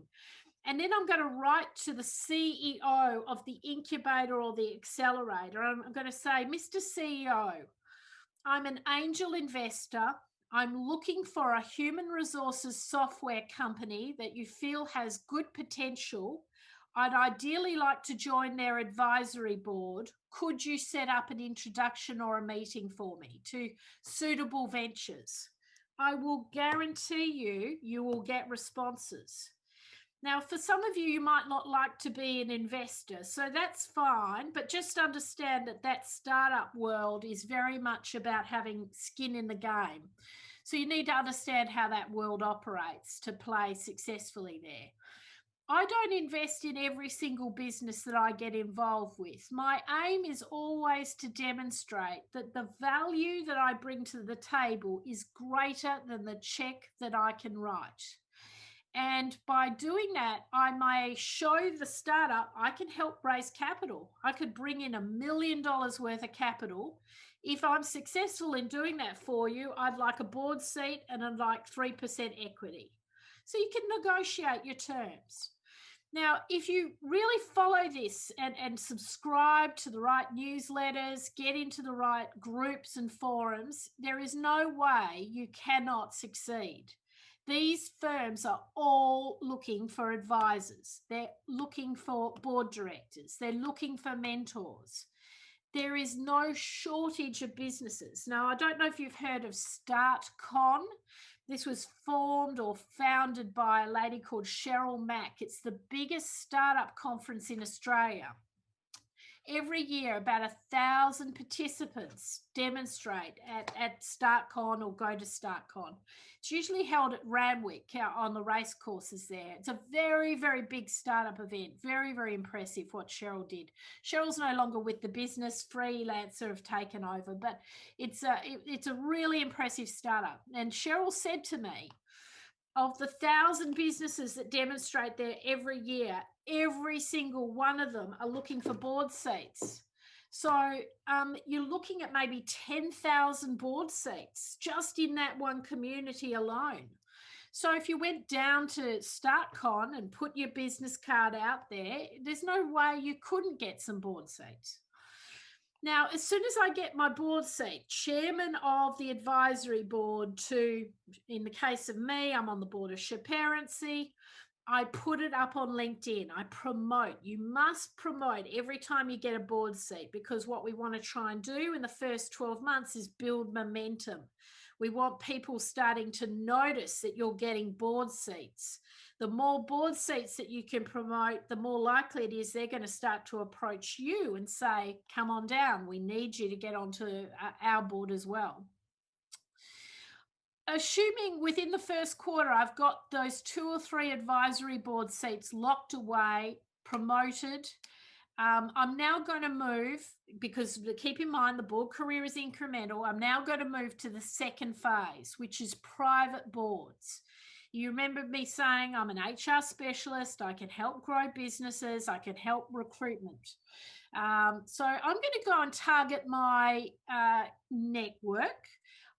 Looking for private boards is a bit like looking for a needle in a haystack. So this is why I'm going to go to my conduits, my facilitators. So I'm going to go to, in my network, my lawyers, my accountants, my trusted advisors, my brokers, my turnaround business specialists, people who do pre-VA work, all that kind of work. These people are trusted advisors in their own little right, and they have a network of clients that sit around them. And them being the trusted advisor, they're very well placed to make a recommendation about a board seat. So in the case of my accountant, Theo Costellis, down in North Sydney, he has 1,000 SME clients. I would go and sit down with Theo and I'd say, Theo, I'm on these 3 board seats at the moment, Shaperency, blah, blah, blah. I'm looking for my next board seat. And in particular, I would like to target a business that's growing rapidly and needs to hire a lot of staff in the next 6 months. Do you know any businesses like that in the network? Now, Theo would then say, well, funny you should mention that. I've got a client, they've got to hire, they've just won a big government contract and they've got to hire a lot of staff. And then I'd say, well, Theo, that sounds brilliant. That sounds like a really good fit for me. Would you be able to make an introduction between myself and the business owner or the chairman or the non-executive director? So you note, I have not gone to Theo and just said, where's my board seats? You know, is there anything in the mix? I'm very specific. And this is where you've got to really be very specific with your conversations with your network. You have to come to the table with a bit of a solution, a bit of a pitch, and you've got to leverage that person however is appropriate. And I do the same with my legal connections, my other advisors, and so on.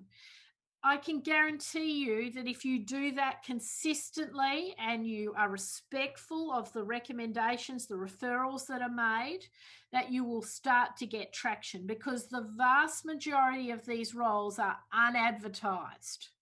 Okay, these roles do not show up on job boards. There are thousands upon thousands of these roles available in the market, and you want to tap into the trusted advisor of that company. So I'm the trusted advisor. I'm a mentor, a CEO mentor to a very high profile chief executive who runs a scaffolding business in Melbourne. And he has asked me several times for my recommendations about who should go onto his board. And he'll say to me, look, I really need a safety guy. I really need a finance guy. I need someone who can help me with this problem. And then I'll make a recommendation and we connect the parties. I've had 100% strike rate because I'm his trusted advisor. He trusts my opinion. I know him well. I know who would work well with him. I know the party that I'm recommending. And so it becomes a perfect match quite simply. You know, it's been very straightforward. This is how the bulk of the board search market works, okay? Now, you also need to also keep in mind, you must demonstrate really good manners and a bit of common sense here, because you cannot get these board seats without that recommendation. I cannot tell you how many times I've recommended someone to a company and they've never given me feedback and they've never thanked me for the referral. I cannot tell you how many times. It disgusts me, but I've got to try and, get over it, because this is the nature of the world these days. But it is disgusting. And I would never recommend that individual again to anybody. So you must remember, you are not going to do this alone. You will not be successful on your own. You will be reliant. Almost 90% of your success will come from recommendations by other parties in your network, helping you set up an interview. Now, you've really got to leverage these private networks and think about where your network sits. You can't go to my accountant. There's no point. You need to go to your network, your accountants, your trusted advisors, people who've dealt with you, who respect you. You will get traction there. So I'm pretty confident that by midway through next year, I have got 2 or 3 startups, and I've got 1 or 2 private company boards on my CV. I'm now ready to go to the next step, which is to go and speak with the private equity venture capitalists. And I'm going to join, it used to be called AVCAL, the Australian Venture Capital Association of Australia. It's now called the Australian Investment Council, AIC. But if you type in avcal.com.au, you'll get to the website. It's like the little black book of the private equity venture capital firms. And I'm going to take money out of my budget because I can't get into that network for free. I've got to join the AVCAL network. It probably will cost me $5,000 to join. There's no shortcuts here. You've got to purchase memberships and networks and go to the right places to be in the right rooms, because that is part and parcel of me trying to get towards that $500,000. You can't expect this all to be on the back of free lunches.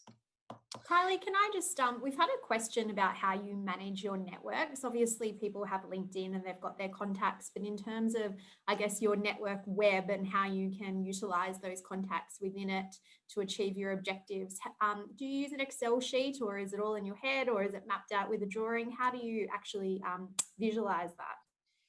Yeah, so I'm a bit more sophisticated than most, because I do have a Salesforce type system, a CRM type system. But in my opinion, you don't need all that fancy kind of stuff. You just need to have a diary, and you need to have maybe a spreadsheet. And I recommend a tracking sheet. So you would have your targets, you'd have your contacts, and you'd be very methodical about it. So a member of ours, she comes to me each week, every couple of weeks, with a spreadsheet. This is who I'm meeting with this month. This is who I'm reaching out to. Now, people don't do coffees anymore, not in this new COVID environment. More effective would be to ask someone for 10 minutes of their time on a quick telephone call or a quick Zoom call, and you've got to have a hook.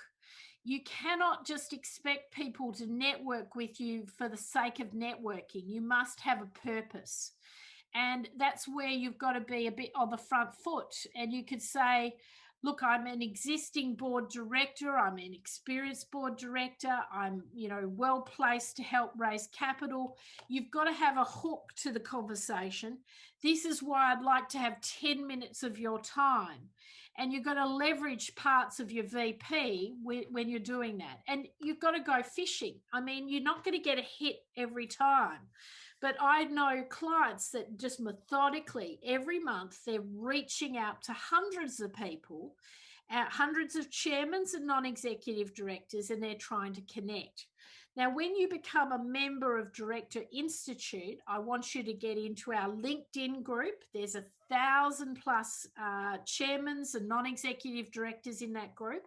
That will give you a starting point for connections, and then you can leverage from that to get to more and more people. So there's going to be a real strategy to it, but you must be disciplined and diligent about it. You need to, really approach it quite methodically each month. So I'm down at the AVCALs of the world, and I'm talking to private equity, and I've got a bit of an advantage now. I can talk about the startups that I'm on the board of, and I can start to mention to them that I'll be looking for Series A and Series B funding in due course. And so they may be quite interested in the businesses that I'm representing. I'm also telling people, and this is back to networking as well, telling people what I'm trying to do. So I'd be saying things like, I'm expanding my board portfolio. I've got some great board seats, but I am looking for a private equity backed venture that we feel has really good potential, could go global, ideally in the human capital world. And again, the more specific you are, actually, the more likely it is that opportunity will start to appear. I believe in sort of energy aligning, universes aligning. I think the more specific I can be, the more likely it is that it starts to come up. I thought I would really like to get into partnership with a board software company, a digital board program. And lo and behold, Ben Nolan rang me from London and said, Kylie, would you be interested in partnering with us? We've got new board software technology. It literally happened in a couple of weeks of me making that thought process. I wanted to do that. So, you put the thoughts out there. Tell people you're expanding your board portfolio. Tell people you're building your board portfolio. Obviously, once you get onto one board, you can promote that, then promote the second board, et cetera, in your conversations. I'm also going to throw into the mix a not-for-profit, and I know I've gone on a little bit about guide dogs, but the way I would go about this is I would put a top 10 list together of not-for-profit boards that I would really love to join. I'm going to follow them on LinkedIn. So you know how you can follow companies? I'm going to follow those 10 not-for-profits that are on my target list. I'm going to connect with the board and seek out who is on the board, and I'm going to track down their LinkedIn profiles, and I'm going to reach out to them. I'm going to volunteer and I'm going to sponsor. Long before I even ask for a board seat, I'm going to be immersing myself in the world of guide dogs, for example. I have donated to them. I'm on their list. They send me all their marketing materials so I can see how they operate. I volunteer my time. I'm known to the board members. They will naturally ask me at some point to join their board because I'm heavily involved already in the organisation. You've really got to be prepared to do this. I get people all the time who say, oh, well, I want to be on a not-for-profit. And I say, well, which not-for-profit? They can't even tell me which not-for-profit. Then I'll say, well, what causes are you interested in? Who are you following? Who is on the board of that organisation? You've got to take it from wishful thinking to actual action. And so this is where you've got to take your strategy to the tactical steps you're going to take, which is I'm now tracking 10 not-for-profits. I get all their alerts. It's coming into my inbox. It's coming into my feed. I now have information so that when something happens, they secure a $10 million donor, I am aware of it and I can start to talk about it. I sound knowledgeable when I'm dealing with the board members. So in my opinion, this is the game plan. This is what I'm doing. And every time I secure a board seat, I promote. Now, I may overstack my portfolio in the first 12 months. It would be better to be overstacked than understacked. I see people who get 1 or 2 board seats and then they lose one and they're back at the start again. It would be better to have 4 or 5 and maybe eventually you've got to drop one off because you're just too busy. So, this is my hacks. These are my secrets as to what you would do. Now, I'm 100% convinced I would have a board portfolio within this modest period of time. You'll notice that what I've spoken about here didn't involve applying for roles on the job board, didn't involve going to the executive search firms. I haven't even touched my superstar connections. That would all come in due course. That would then be the sort of the additional things I would do. I would invest, very heavily in the networking and going to events, luxury events, connecting in with the network. But this is the foundation work I have to do, and you have to do it in order. I've said it before, board careers are incremental, so you must follow this sort of approach. Get the first board seat, then get the second, then get the third. I'm working with a client at the moment, and she was very, very disillusioned, but we have got her on track. She's going to have 2 board seats by Christmas. That then sets her up for early next year. She can now go for the higher profile roles. She's got them on the CV. It changes the profile. She was a well-known CEO. Now she's got 2 board seats. Now she's in the hunt for the next few months to really start to amp that up. Paris, are there any more questions that came up? Because I saw that chat box going berserk. Yeah, there's a few. Some of them cross over. So one of the main ones was, what are some of the resources that you recommend for developing a really good LinkedIn profile or resume, and also and also systems to help with SEO, etc. Was the first one. So when you become a member of Director Institute, you are very fortunate in that you're going to get access to our exclusive resume builder tool. It is specifically designed to build a board resume. It is in the format that we like to see when you're applying for board roles, and you'll be able to use that. And you can create multiple documents. It's a brilliant little tool. I used to run big recruitment resume writing services type businesses, so that will be available to you. We'll also be able to consult with you and give you advice about your profile. And if you wish, you can also purchase a resume writing service from us, and we can help do that as a customized service as well. So there's a few options on that front. On LinkedIn, I recommend that you Google Social Selling Index. That will take you to a particular page that Google offers. It's today it's still a free service, so it may change in the future, but today it's a free service, and you click on the link and it will take you to your score, your Social Selling Index score.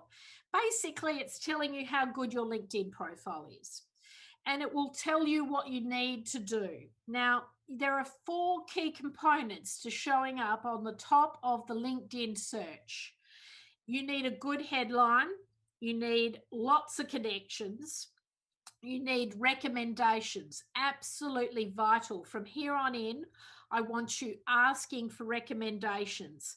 I'm going to come out to all of you after this event, and I'm going to ask you to write a testimonial about this workshop.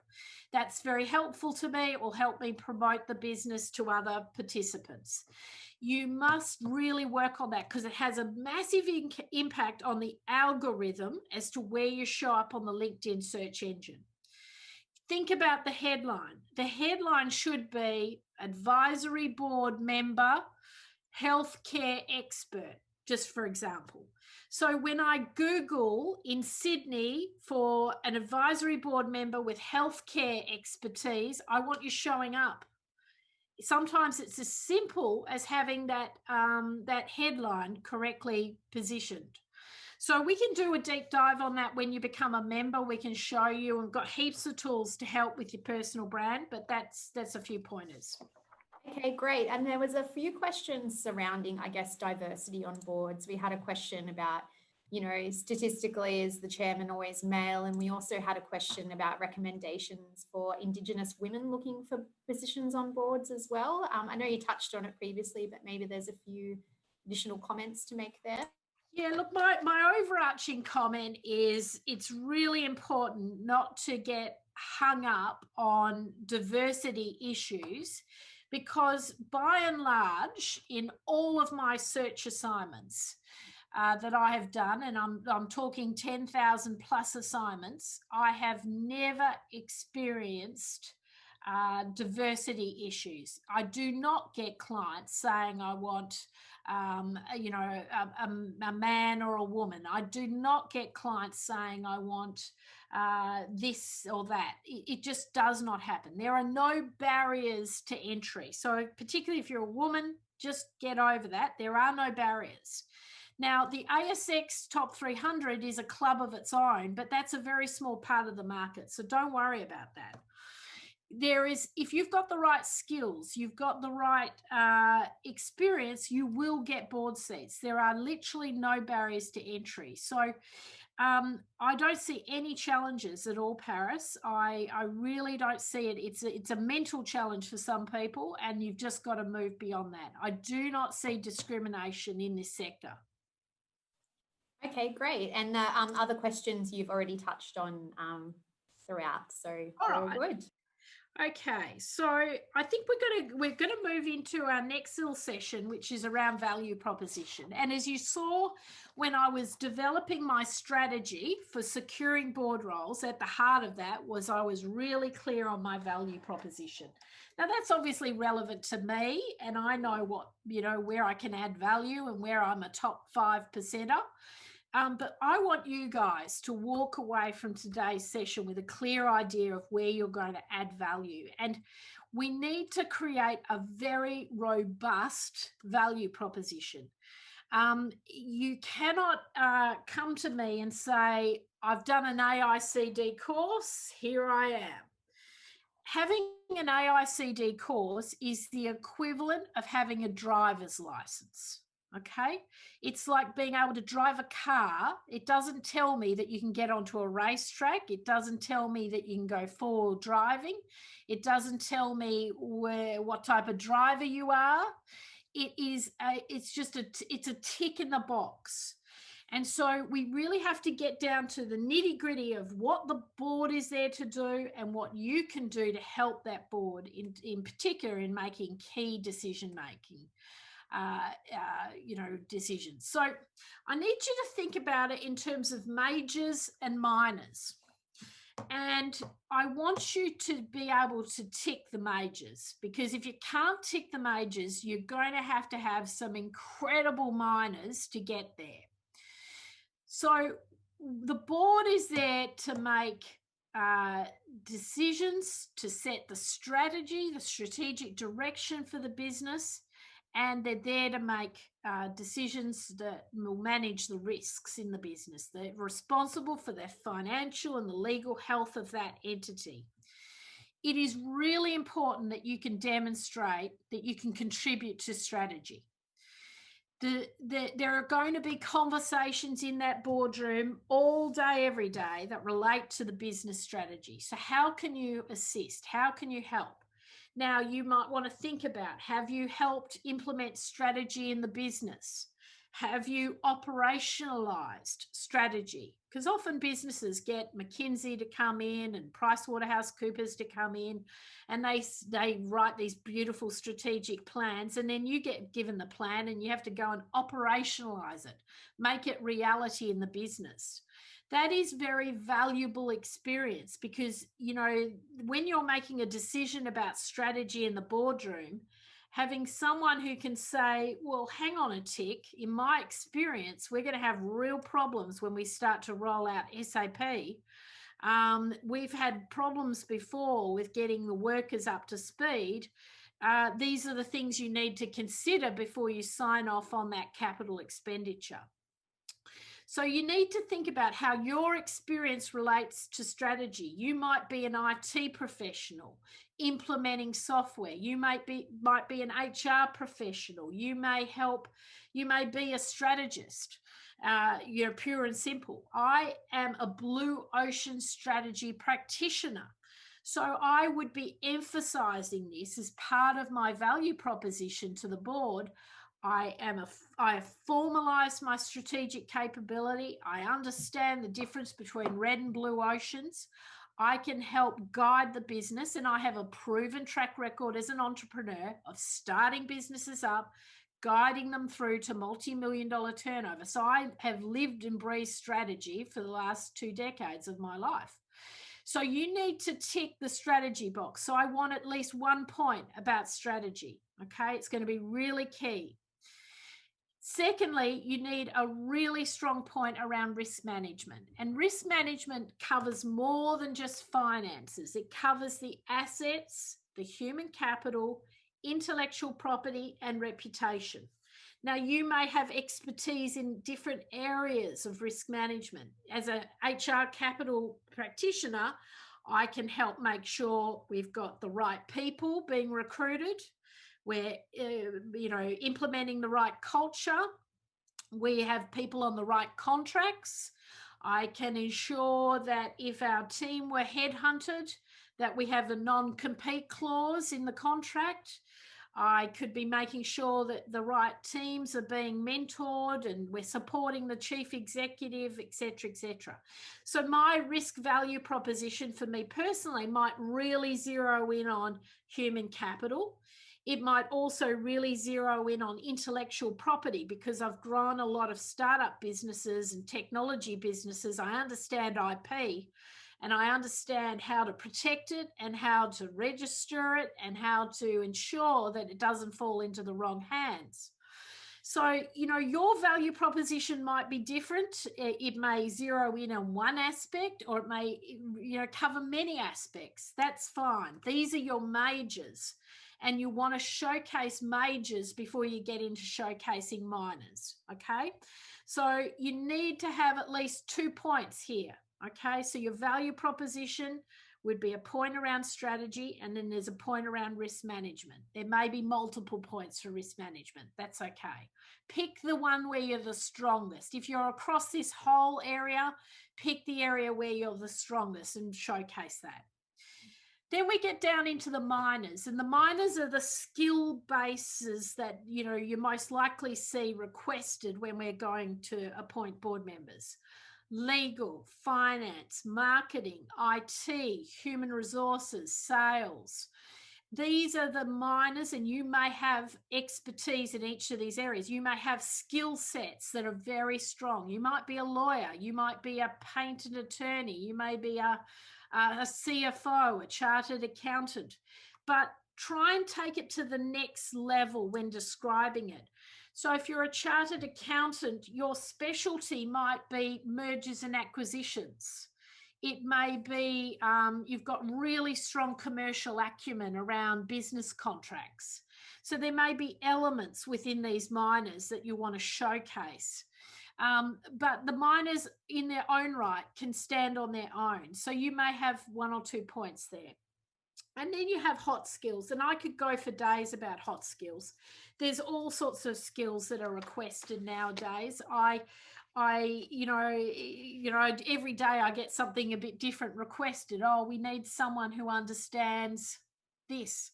Yesterday I had a brief, and the person asked me, I want someone who understands music licensing. And we actually had 3 candidates on our database that were from that world that understood music licensing, very specific skill set. The hot ones at the moment are definitely digital transformation. I'm getting requests for that all the time. So if you've had exposure to transforming businesses in a digital sense, that's something you absolutely want to showcase. Cybersecurity is massive. You've got no idea the number of cybersecurity incidences that are happening around Australia right now today. They talk about the main actors. I think our friends from China are having a really good old time. It would not surprise me if we find out that we have really been at war with China.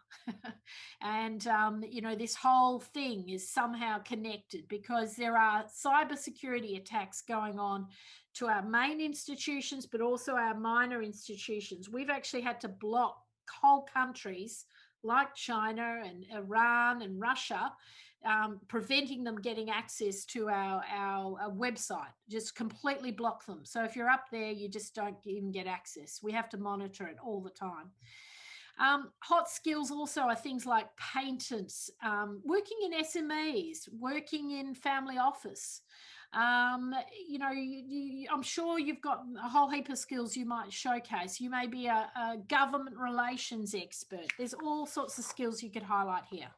The key here is to build out something quite robust, and you're going to want to have at least 4 or 5 points. When you go to your board interview, your value proposition will cover many points. It's not going to be one-dimensional. You must really think this all through. Then once you get this locked down, this then helps you to target which roles would be most suitable. So if we get this right, you know, we're going to be really on a pathway here to the next step, which is identifying the right roles. So what I want to do is I want to actually break you out into some groups. Now, oh, sorry, I want to go backwards. How can I do that? There's an exercise in your book. Paris will help facilitate all of this. We're going to break out into some little rooms, breakout rooms, into a manageable number, because it's a big group today, but it's a manageable number where you can work on this. I think, Paris, what we want to do is get them to, get them to do a start, and then we broke them into the rooms? Yes, I've just posted the exercise in the group chat. So I think we'll have a 10-minute break, and on that 10-minute break, as well as having a cup of tea, people will start having a think about one or two of their value proposition points, and then when we come back, they'll go into the breakout room to discuss those through. I think you've all got 2 minutes each to bounce your top value proposition idea with the rest of the group, and then we'll reconvene. Okay, brilliant. All right, so 10-minute break, but thinking about your value proposition, there's a little exercise there to start to work through it, and then we're going to have a little group exercise. Perfect. So we'll see you in 10 minutes, and then we'll go into the breakout rooms. Somebody's asked about insurance, Kylie. You don't have to have insurance. You would fall underneath the organisational insurance, wouldn't you? You can have director and officers insurance provided by the company, and you can also have individual, almost like D&O passport insurance, which is for you personally. You've got to remember, insurance is not a silver bullet. It just protects you from a situation where some of your legal costs would be covered if you were sued as a result of some action that happened while you were a board director. So it doesn't protect you from everything. It certainly won't protect you from a claim being made against you, but it can help with your legal costs. So just important to just recognise what the insurance is there for. Okay. How are we going with getting everyone back? Yep, they should all be back now. All right, excellent, guys. Look, we're going to keep powering on because we're on a downhill slide, and we've got a sort of strict timeline to finish up on time for everybody. We obviously, as individual members now of Director Institute, you're in the inner sanctum, and you're going to have the opportunity to speak with me personally or one of my team about your value proposition. So there'll be that opportunity during the membership. And I also recommend talking to a peer, someone who knows you, a colleague, who you can run your value proposition past and get their feedback and start to get their input as well. Now, I'm going to share with you a case study. This is a good way to kind of, round out a lot of what we've been talking about today. It's a case study about NewSat Limited, which was a very impressive up-and-coming satellite company based here in Australia, but it had international investors. The late Paul Allen from Microsoft fame had invested in the business. There were many very high-profile investors in the business, and it was, gone from sort of, zero to hero over a modest period of time. And unfortunately, the business collapsed a couple of years ago, And these 3 videos I'm about to show you were leaked from the Boardroom. And we're kind of fortunate to have them because they kind of got taken down. So we were able to sort of get hold of them, and we're able to sort of share them with you today. And I'm not going to go into a deep dive on what's in the videos, but I've got to give you just a little bit of context before I play the 3 videos so that you know what we're about to show you. The first video, we're going to see the Silver Fox chairman, a gentleman by the name of Richard Green. He's out of Melbourne. The Silver Fox chairman in action. So I want you to study how he operates and what he's doing in the video. You'll be hearing from Adrian Ballantyne. Adrian was the CEO and the founder of the business. He was the hero up until a point. And you're going to hear some interesting commentary, from the board members asking him some questions about various sort of matters, and that'll be in the various videos. You're going to hear from a couple of the independent directors, some quite high-profile directors. Andrew Fleischer, who is also on the board of Australia Post and several other high-profile football club boards. He's the independent asking questions in this room. And then in the final video, we've got a little bit of harsh language, but I'm sure you can handle it. We will be hearing from the major investor who had tried to really rescue this business and had invested a very large amount of money. So my aim is just to play the 3 videos back to back, and then we can get you some of your feedback as to what you've observed during the videos. Well, are you there? No, that's what I was saying, Brendan. We can't be a proxy. No, it can't be a proxy. It's a board meeting. It can't be a proxy, you can listen in. He can be an observer. Well, someone's going to have to talk about Ching's proposal from Ching's point of view, aren't they? Yeah, well, and what's the name? John Stewart is. Who's he acting for? Right. Ching or the company? Ching. You sure? Well, Why is the company paying him? well, the alternative, of course, was We'll get to it, Bill. I'm just saying. 90 million shares. And Can we just get on with things rather than all this nitpicking goes on in the bloody board? It's just pathetic, frankly. A lot of you, you're all saying. Now, Just a minute. Before you say that, Look, I'm chairing the meeting. You won't interrupt the I'm meeting. going to interrupt. You're not. And you're going to listen. No, why? What are you going to do? Stand up and hit me? Or? Oh, I might, yes.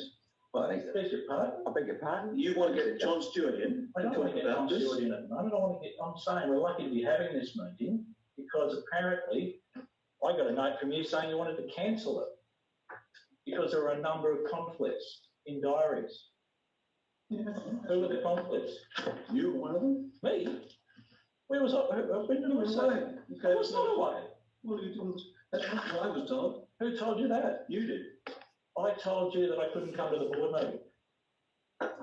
When did I tell you that? And that was me. No, I didn't. It doesn't matter. No. I guess it would be fair to say, Brendan, he's acting for Newsat, but he has been, and acting for Newsat has been actively involved with Ching and his advisors. Yeah, I understand that. I just asked who he was acting for. When I asked that question, the chairman jumps down my throat. Actually, you can't see this. Stands up as if to sort of intimidate me while I'm sitting here. Stands up, starts shaking, and tells me to stop. Nonsense. Just stop. Would you please? Just stop. It's pathetic. Ask me to stop. Children. Ask me to stop asking nitpicking questions. Yes. What do you mean I'm the worst? No, I won't forget it. What do you mean I'm the worst? What are you saying I'm the worst for? Take control of yourself. Morning, Michael. Talk to you today. I'm talking too much. Forget it. Okay, AB. Now, have we answered that particular question? Yes? Yeah, apparently. Sorry, what question was that? The question was, who is John Stewart acting for in this transaction? My answer was straight up, was John Stewart's acting for Newsat in the transaction, and John has, in acting for Newsat, has been working closely with Mr. Ching. Of course he has. I was asking who he was acting That's for. correct. It's a bloody simple question.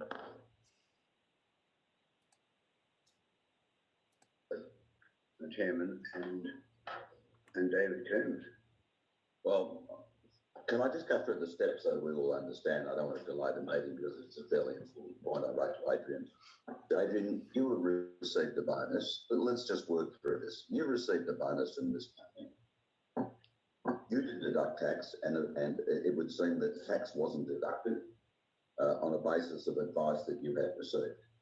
So my advice is, at the moment, every director sitting around this table is on the hook for your tax payments, equally shared.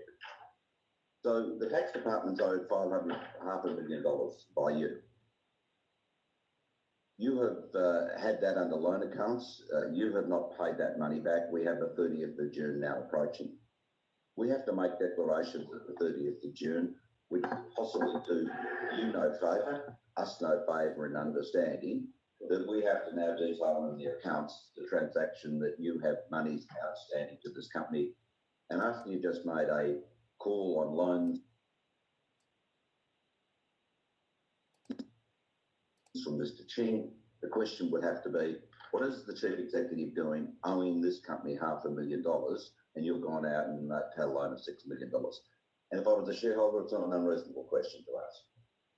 The question I would ask, therefore, is a reasonable, I think it's a reasonable question, is why don't you pay back us the $556,000 before the 30th of June and finalise this loan with this company?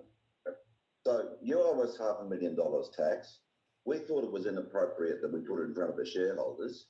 You've already got shares from the company that you've been dealt with, and it's like any of us saying that we're not responsible for the tax bill of corporations. As a public company, we're responsible for your tax bill. One of the things, and you know this and I know this, that I've been very bad at is looking after myself.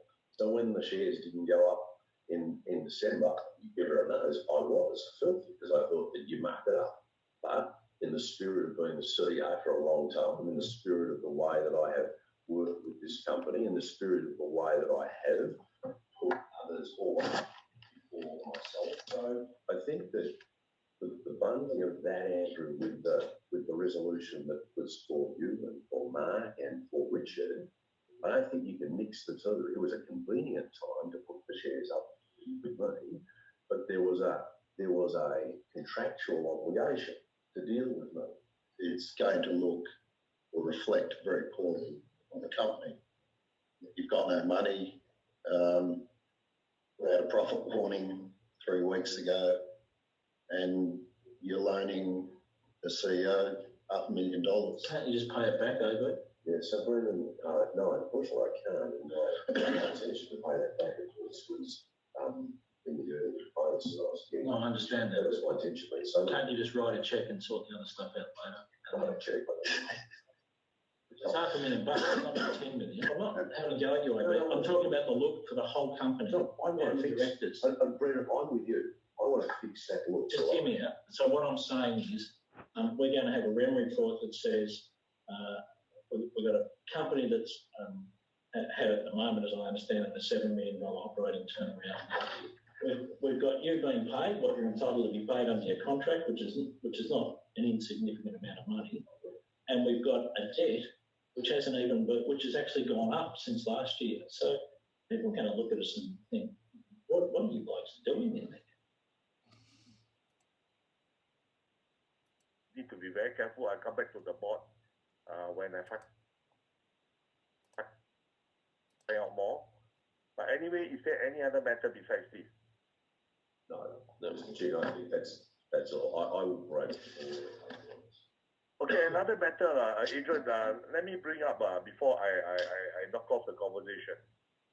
Is there any other people besides the board members in the meeting now?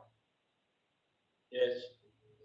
Brendan Rudd. Maybe excuse the rest and we leave the board member around. Right, that means that's Michael, Brendan, and Sophie. Okay. Okay. They're leaving now. Give them a second. Just give us 10 seconds. Okay. Okay, the door's closed. Okay. It's actually regarding about your legal suit against Newset because I think we have to talk about it in this meeting. From my own perspective, I may be wrong. Please correct me. No one in the board, from the chairman to the board member, are allowed to give themselves performance rights performance bonuses without the deliberation of the remuneration committee and the board permission. So if the board has agreed to pay you 1 million bonus rights every milestone you have hit, can you please inform me who are the people who signed this off for you? The Because shareholders. I think they need to lift. I think these are the people that need to lift the board, because it's becoming very unbecoming, unprofessional attitude. This is a public company. We follow by the books. So I leave this matter to you guys, to deliberate. But my stand is that as long as we have promised Adrian that whatever things that he has hit the milestone and deserve a bonus or performance rights, we have to give it to them.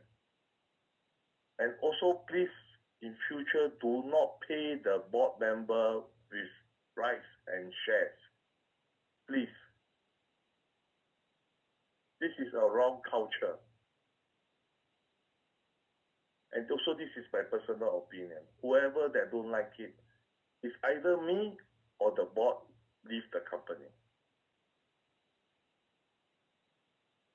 The committee is not to override the board. The committee will do the recommendation, and we will recommend to the board, and the board should take a vote on what we are doing. We have to make it very simple. I don't want at the back of me, everybody is talking that this Chinese fucker from Singapore is trying to shake the tree and bring down NewSat. And this is not my intention. My intention is very clear. I'm trying to assist NewSat to go to the next step. Okay, so please, if there's anything, please go through my email. Thank you very much, gentlemen. Well done. Thank you. Bye-bye. Thanks so much. Yeah. Sleep well. Thanks, Jim. Okay. What do you say? Everyone who was involved in giving Adrian his performance rights has to leave. I didn't get it. Well, that's what he said. That's what he said. Yeah, and so that means it'll be me, AB, and Ching. Yeah. I don't think you're right. No, that's what he said. Oh, what did he say? Well, I don't. That's sort of what I picked up, but I didn't. I was having difficulty. What did he say? That's exactly what he said. He's referring to the whole concept of giving out performance rights. Who does he want to leave? That's what he said. He didn't say it. I think he did. I think he said, Well, I tell you who he wants to leave. I know who he wants to leave. It's old me. So I'm not going to tell any of you who it is. Tell us. No, I'm not going to tell you. No, why should I tell you? You're asking me questions. I think we can read Ching carefully, because his English is not good. Not bad. Yeah, but he's a bit confused at times. I made contemporaneous notes. I think that perhaps I will write back and say, here are the contemporaneous notes, because you don't be the secretary. Is this what you meant? It's recorded, isn't it? We're recording. The recording's on. Recording's on. Oh, that's okay. That's all. Yeah, it wasn't it? Right. Well, it's always a bit shocking. I've watched these videos many times, but there's always a few shocks there when you read them, see them back again. So in our first video, we had the whole Silver Fox chairman jumping up and down. Now, the question that was being asked was, who is John Green representing in the transaction? Now, he was actually, John Stewart, sorry, he was actually the son-in-law of the chairman. So we've got a relative involved, and he was an advisor to the company, and he was picking up major commissions on investment coming into the business, and was being paid in performance rights as well. So the question was very legitimate. Who is he representing in the transaction? And, you know, the chairman, in my opinion, was using a bit of subterfuge, a bit of, you know, show and tell to try and throw people off the track of the question. And the reason is they all had their fingers in the pie. They were all very corrupt, and they were all pulling money out of the business. when they shouldn't have been. And in the second video, Adrian Ballantyne is now at this point out of control, and he's suing the company for more money. He owes money to the company as well. He's borrowed money. He doesn't want to pay that money back. And in the final video, you see the investor who, you know, is really trying to do the right thing by the company and is giving them a really strong lecture on governance. The end result, you should Google Adrian Ballantyne, who was the CEO. He has been fined in the courts, in the Victorian District Courts. There are still ASIC repercussions, but it's not quite the repercussions we would have liked to have seen. I mean, no one's gone to jail over this, even though what they've done is very, very wrong. They pulled the money out of the business. They set up a phantom company to issue fake invoices, and they pulled that investment out of the company. That is why the company ultimately collapsed, because they siphoned the investment dollars out. And you can see how hard it was for the independent directors to try and get to the bottom of it. So it was really a very, very challenging sort of situation. Now, the reason I share these videos is not necessarily to scare you, although some of you will be, having seen the behaviour there, but it's just to reinforce what we said at the outset: ethical business leadership, making the right decisions, doing what is right by the shareholders, doing what's right by the customers, by the employees. You know, you can see how easy it is for decision-making to go totally off the rails. Also to note, there were no women in the boardroom on the board. There was a company secretary there who was a female, but no women in the boardroom. A very cliquey boys club. They're all from Melbourne for the most part, and they're all sort of, you know, in the same sort of social circles. So there was a lot of ramifications when this company went under. So I'll be interested in your thoughts, and we'll probably get to questions in a minute, Paris. I won't do a deep dive on questions now because we've just got to watch our timing. And what I would really like to do now is just kind of summarize where we've been today, because we actually have covered a lot of territory. This is what we would normally do in a whole day session and lots of breakouts. So this has been accelerated content here.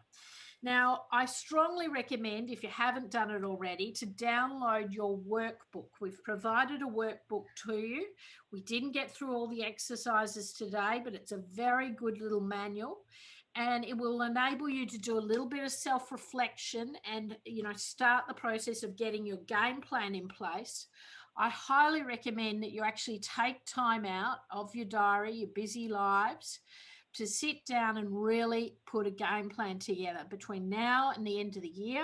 And for the 2021, where do you want your life to be? What do you want your income levels to be? How can you diversify your portfolio to decrease the risk if one source of income was to dry up? Have you got that 6-month buffer in the bank account? How do you want your board career to look? And what are the steps you're going to do? Now, many people join these sessions, and unfortunately, the reality is, you know, it's the 80-20 rule. Some will be successful, some won't be successful. The people who don't, you know, sort of really commit themselves to this process are going to struggle. And you're going to have to really make a bit of a commitment here to really take it to the next step and commit some things to paper, go through some exercises. Paris is going to issue everyone with a login to the Director Institute website very shortly. And so you're going to be able to sign up to the membership. It's going to be complimentary for the first year.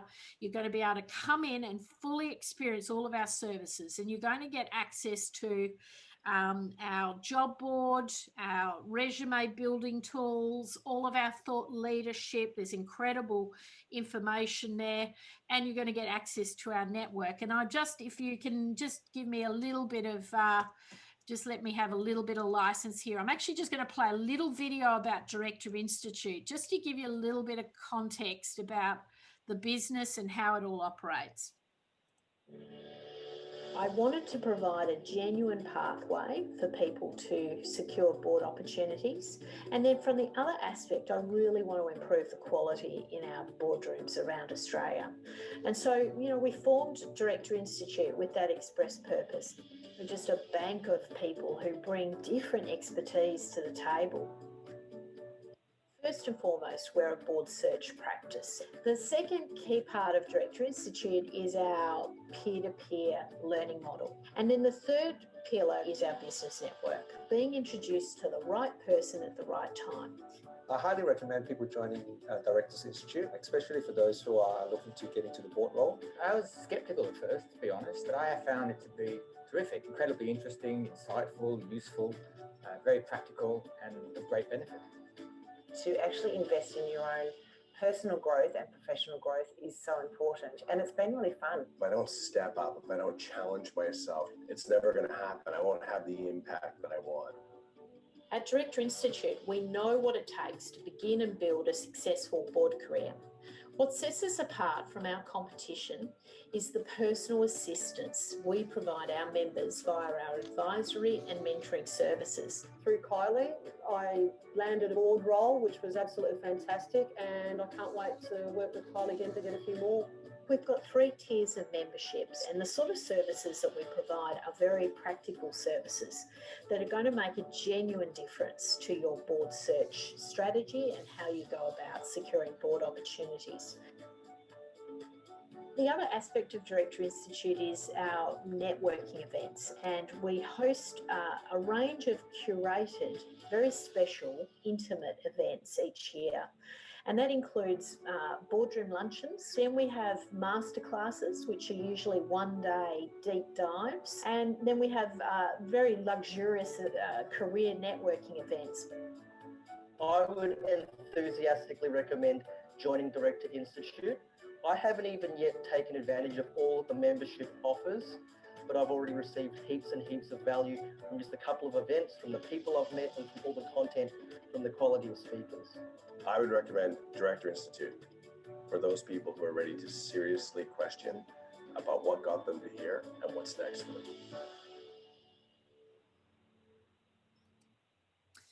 So it just gives you a bit of a flavour of all the different sort of aspects of the business, which will obviously help you. So we've covered, giving you a bit of an overview of what's going on in the Australian board director market. We have given you some advice and some guidance on setting that career plan and putting that in place. And as I've recommended, we want to try and really activate that between now and the end of the year, so we're ready for 2021 and how that may transpire. We have had a really good opportunity to do a deep dive on the value proposition, and you'll get that opportunity to meet with me one-on-one when you're ready.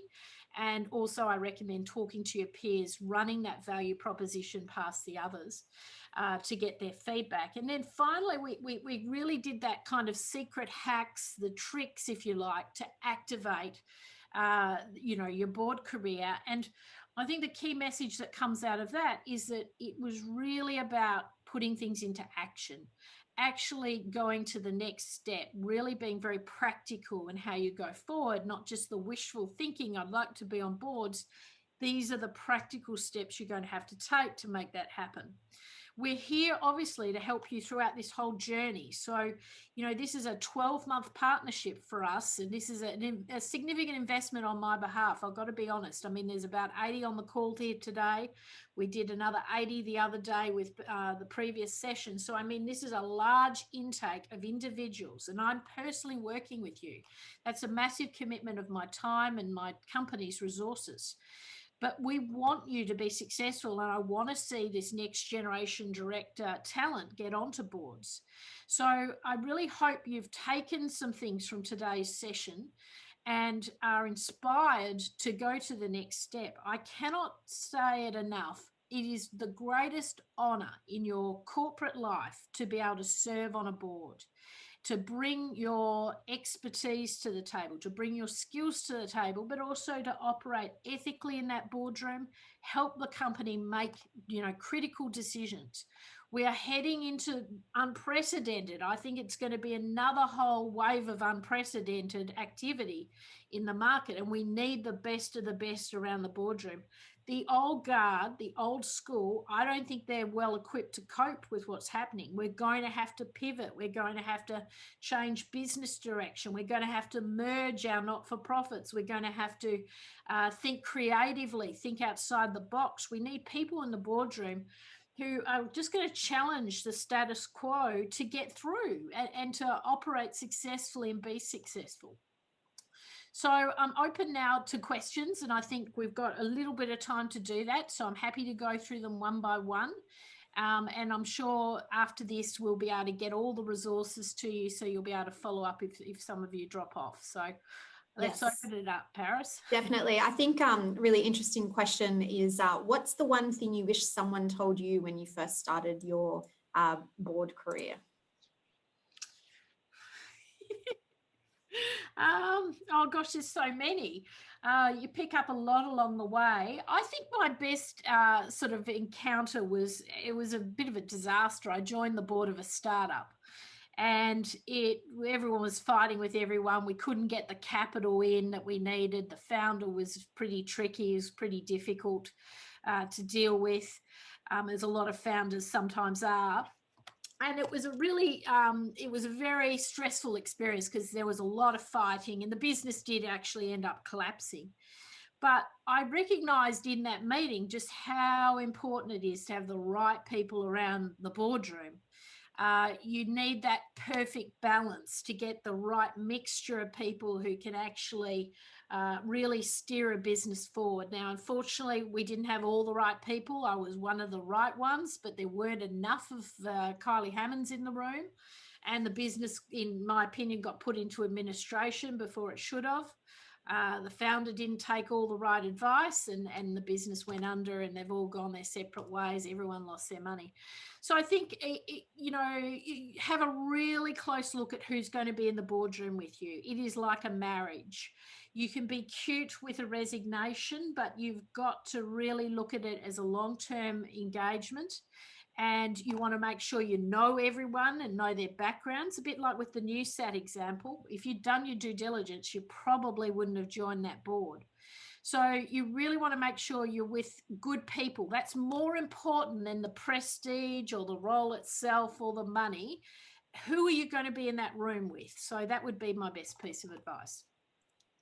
Okay, great. And then there was another question around how much and how do you include your personal experiences and background into your value proposition? Any tips on that one there?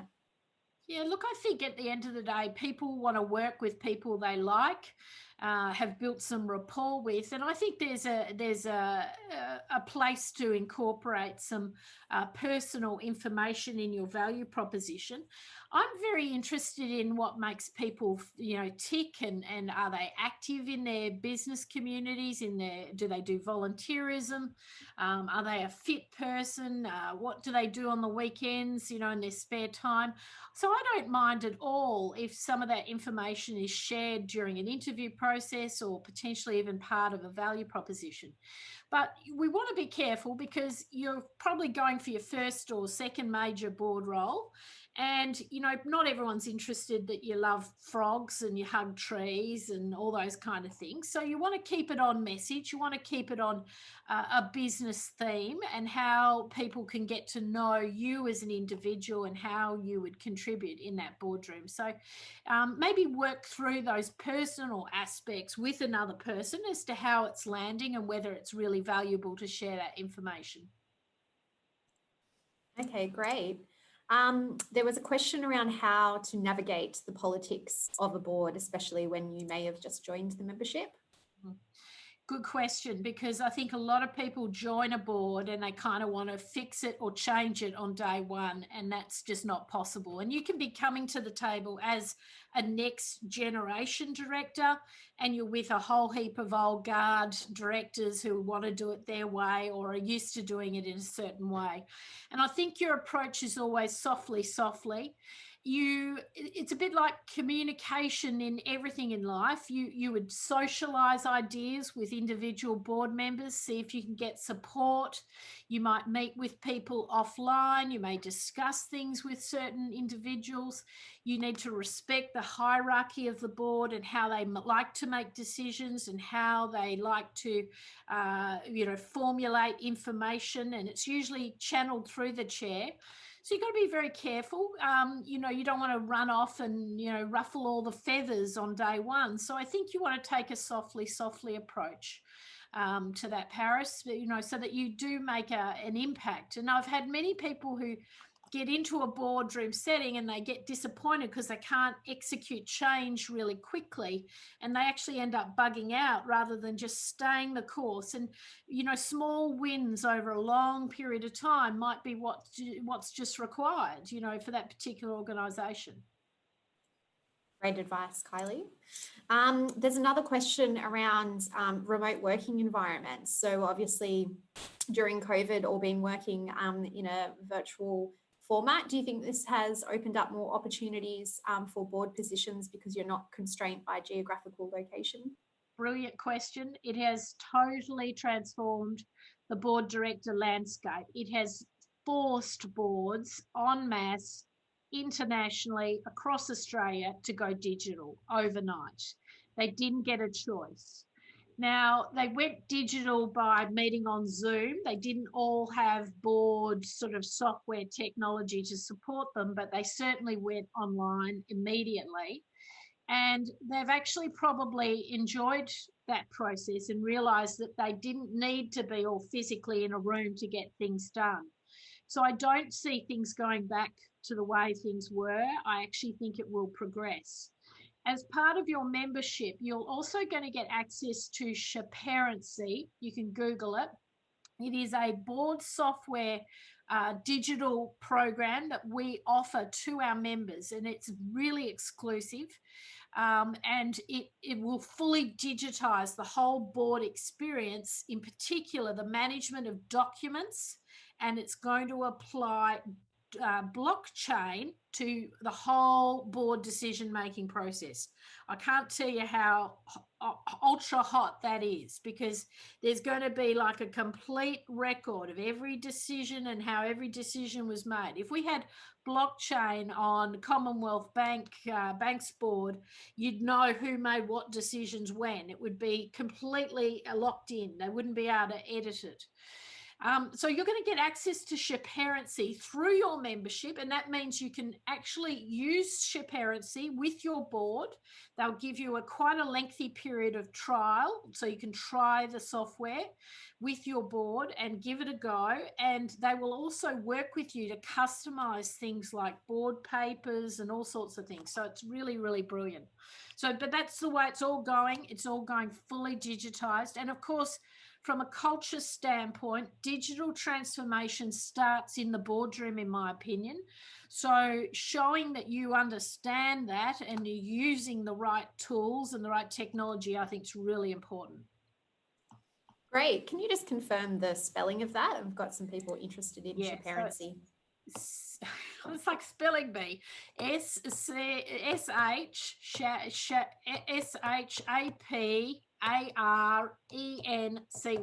Shaparency. Great. Also on our website as well. Great, thank you. We've also got a question around, are there any special hacks for getting onto government boards?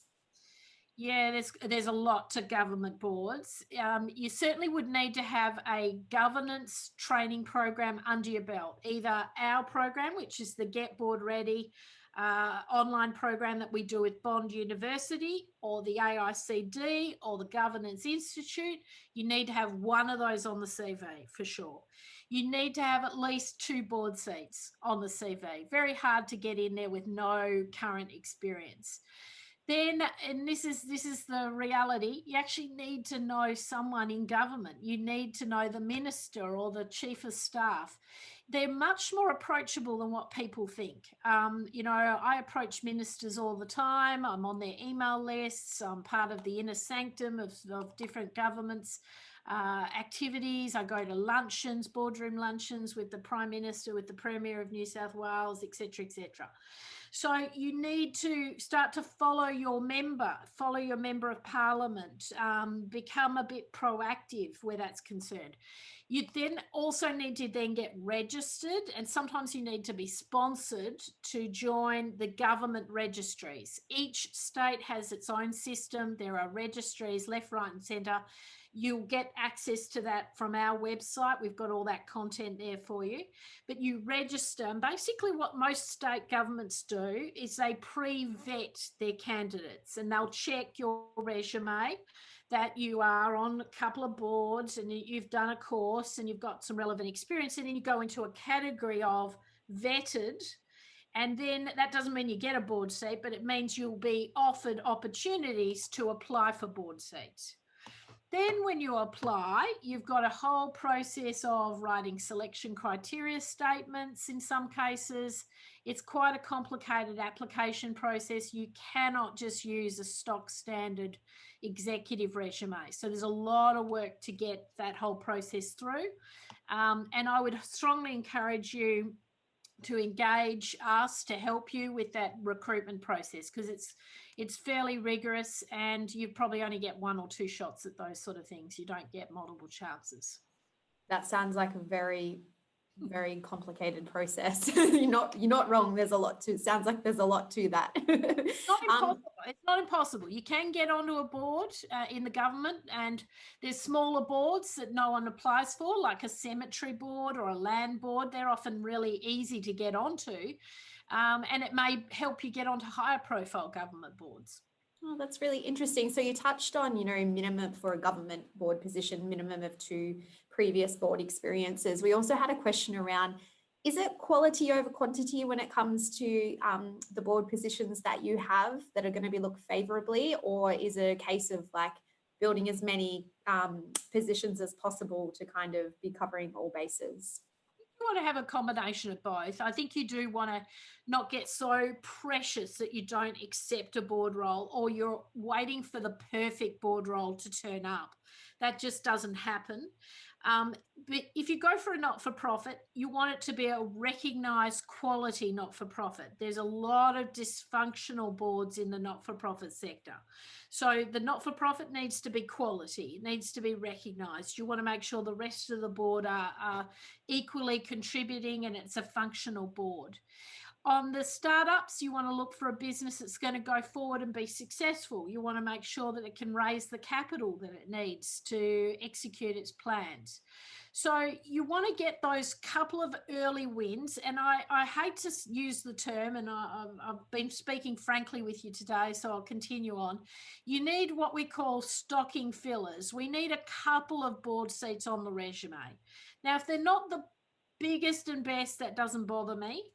It could even be Rotary. You could be the president of Rotary, you know, or the Lions or something like that. It doesn't have to be massive, but that changes the trajectory to getting onto other board seats. From there, you do have to start to manage your time, because each board seat will take up at least a day per month. And that may be board meetings, reading board papers, answering emails and phone calls. So there's a bit of time commitment here. And if you're managing a day job, you've got to work out how you're going to make that all come together. So you certainly wouldn't, we don't see anyone doing, you know, 7 to 10 board seats unless they've really got the infrastructure to support them to do that. Great. And I don't want to end on a negative point, but we've had a question around, obviously, we're in a difficult time at the moment. And so 2021 is going to be a really tough year. And I think you touched on this at the start. So could a new board opportunity at the moment be a bit of a poison chalice, or do you think maybe it could be a positive opportunity to turn businesses around? Well, I'm definitely thinking it's positive. I think it's, and even if a business was to fail on your watch, it's not the end of the world given the current sort of circumstances. But I think there's a huge willingness to bring the A team around the business, particularly private companies will pay a premium to bring the right people around them to help them navigate and go forward. And you know, everything's on the table, and I think we've got to be a part of the solution. I think we're going to go through very difficult economic circumstances. I think as individuals it is a perfect way to diversify your own income and to diversify your risk and to lift your personal profile. Nothing will lift your profile quite like having a couple of boards on your CV. If it was to transpire that you lost your main employment contract and you had a couple of boards, you know, you've got so many options. You could start to go full board portfolio, or you could go and sign up to, you know, those companies that you're already on the board of and say, look, I'm available to do more work. You'd almost be able to go through seamlessly. I think you have to still apply due diligence no matter what you do to look at businesses and how they're operating. We provide you with due diligence checklists, but we also will give you private advice if we think it's the right board seat for you, and if we think it's too risky, or if we think if it would be a poison chalice. So I think you've got to look at everything on a case-by-case basis. Even things that look financially fantastic, you know, they can still be a problem. So I think let's just approach it on a case-by-case basis, but I think the positives far outweigh the negatives. Excellent. And I had one last question, which was around remuneration, and I guess the different spectrums of what positions might, remunerate and at what level. Yeah, sure. So I'll just talk in terms of averages. So advisory board seats, the range goes from about $2,000 per board meeting up to $10,000 per board meeting. To get $10,000, you'd probably be a partner in a law firm or a professional services firm, and you're bringing real value to the table. Okay, so you're opening doors, or you're doing big deals, or you're doing something of real significant financial value for that particular business. Typically companies will meet 6 to 12 times per annum, depending on the frequency of the board meeting, so you can work out the spectrum from there. In terms of non-executive directorships, I know there are a few companies that like to pay about $36,000 per annum. In that sort of scenario, you really want to weigh up your risks, because you're taking on quite a bit of risk for $3,000 a month. So, you know, you're taking on the fiduciary responsibility for the company. I would prefer to see that figure closer to 50, and it can go up dramatically from there. The figures tend to double if you're a chairman, if you're the chair of the board. So if you take that sort of figure, you're looking at 120,000 for an average kind of board seat. Obviously, once you start getting up into bigger companies, bigger turnover, the fees can sometimes also go up. So, you know, for a non-executive director in a 50 to 100 million turnover business, you're probably looking at about 70, 80,000 for your board seat.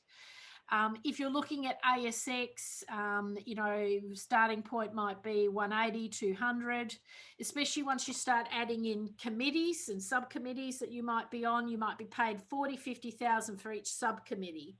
When I did the review of a business called TAL, which is an insurance business, they were on average earning about 400,000 each. So really high remuneration, probably too much in my opinion, but you know, that's the way the world works. The lady who's on the board of Tesla, she gets the prize for the biggest remuneration. She's got equity in Tesla, and I think her remuneration is something like 100 million plus. So you can aspire to land up there. Certainly the IT companies are really interesting because you often get equity, and the whole package might be worth literally $1 million plus. Well, that's definitely for something for everyone to aspire to then on that final note. I think I want the board of Tesla, please. well, if you need a recommendation, I don't think they'll listen to any of us, but I'm sure after that wonderful presentation, we're more than happy to provide one. Thank you so much, Kylie, as always. So many valuable insights. We've had lots of messages coming through with people that have fantastic takeaways, but I think we've all got a bit of homework to go away and do. And in the coming days, I'll be sending through an email that has the login details and the coupon to get your 12 months access to the keys to the boardroom.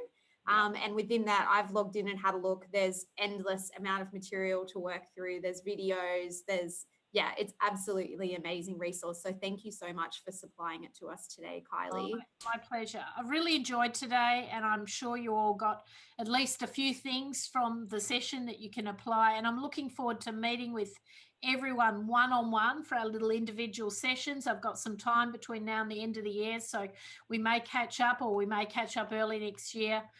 So I look forward to seeing everyone's progress, and I'd really love to be able to showcase someone from the university alumni who goes on to a really great board, and we'd love to showcase you in our Board Alert magazine. So I'm looking forward to that. That would be amazing. That would be fantastic. And I look forward to seeing what everyone goes on to do that's attended today. Also, I'm not sure if Kylie mentions, but the Keys to the Boardroom program also gives you access to the Director Institute job board as well. So you can keep your eyes out for some board roles that pop up on there. And yeah, thank you everyone for attending. And we hope that you'll be able to join us in the future Skills Foundry series. We've got some great things in store for 2021. And the one good thing that COVID's brought about is that we can now offer everything virtually. So it doesn't matter where you are. Yeah, so thank you again. And we hope to touch base soon.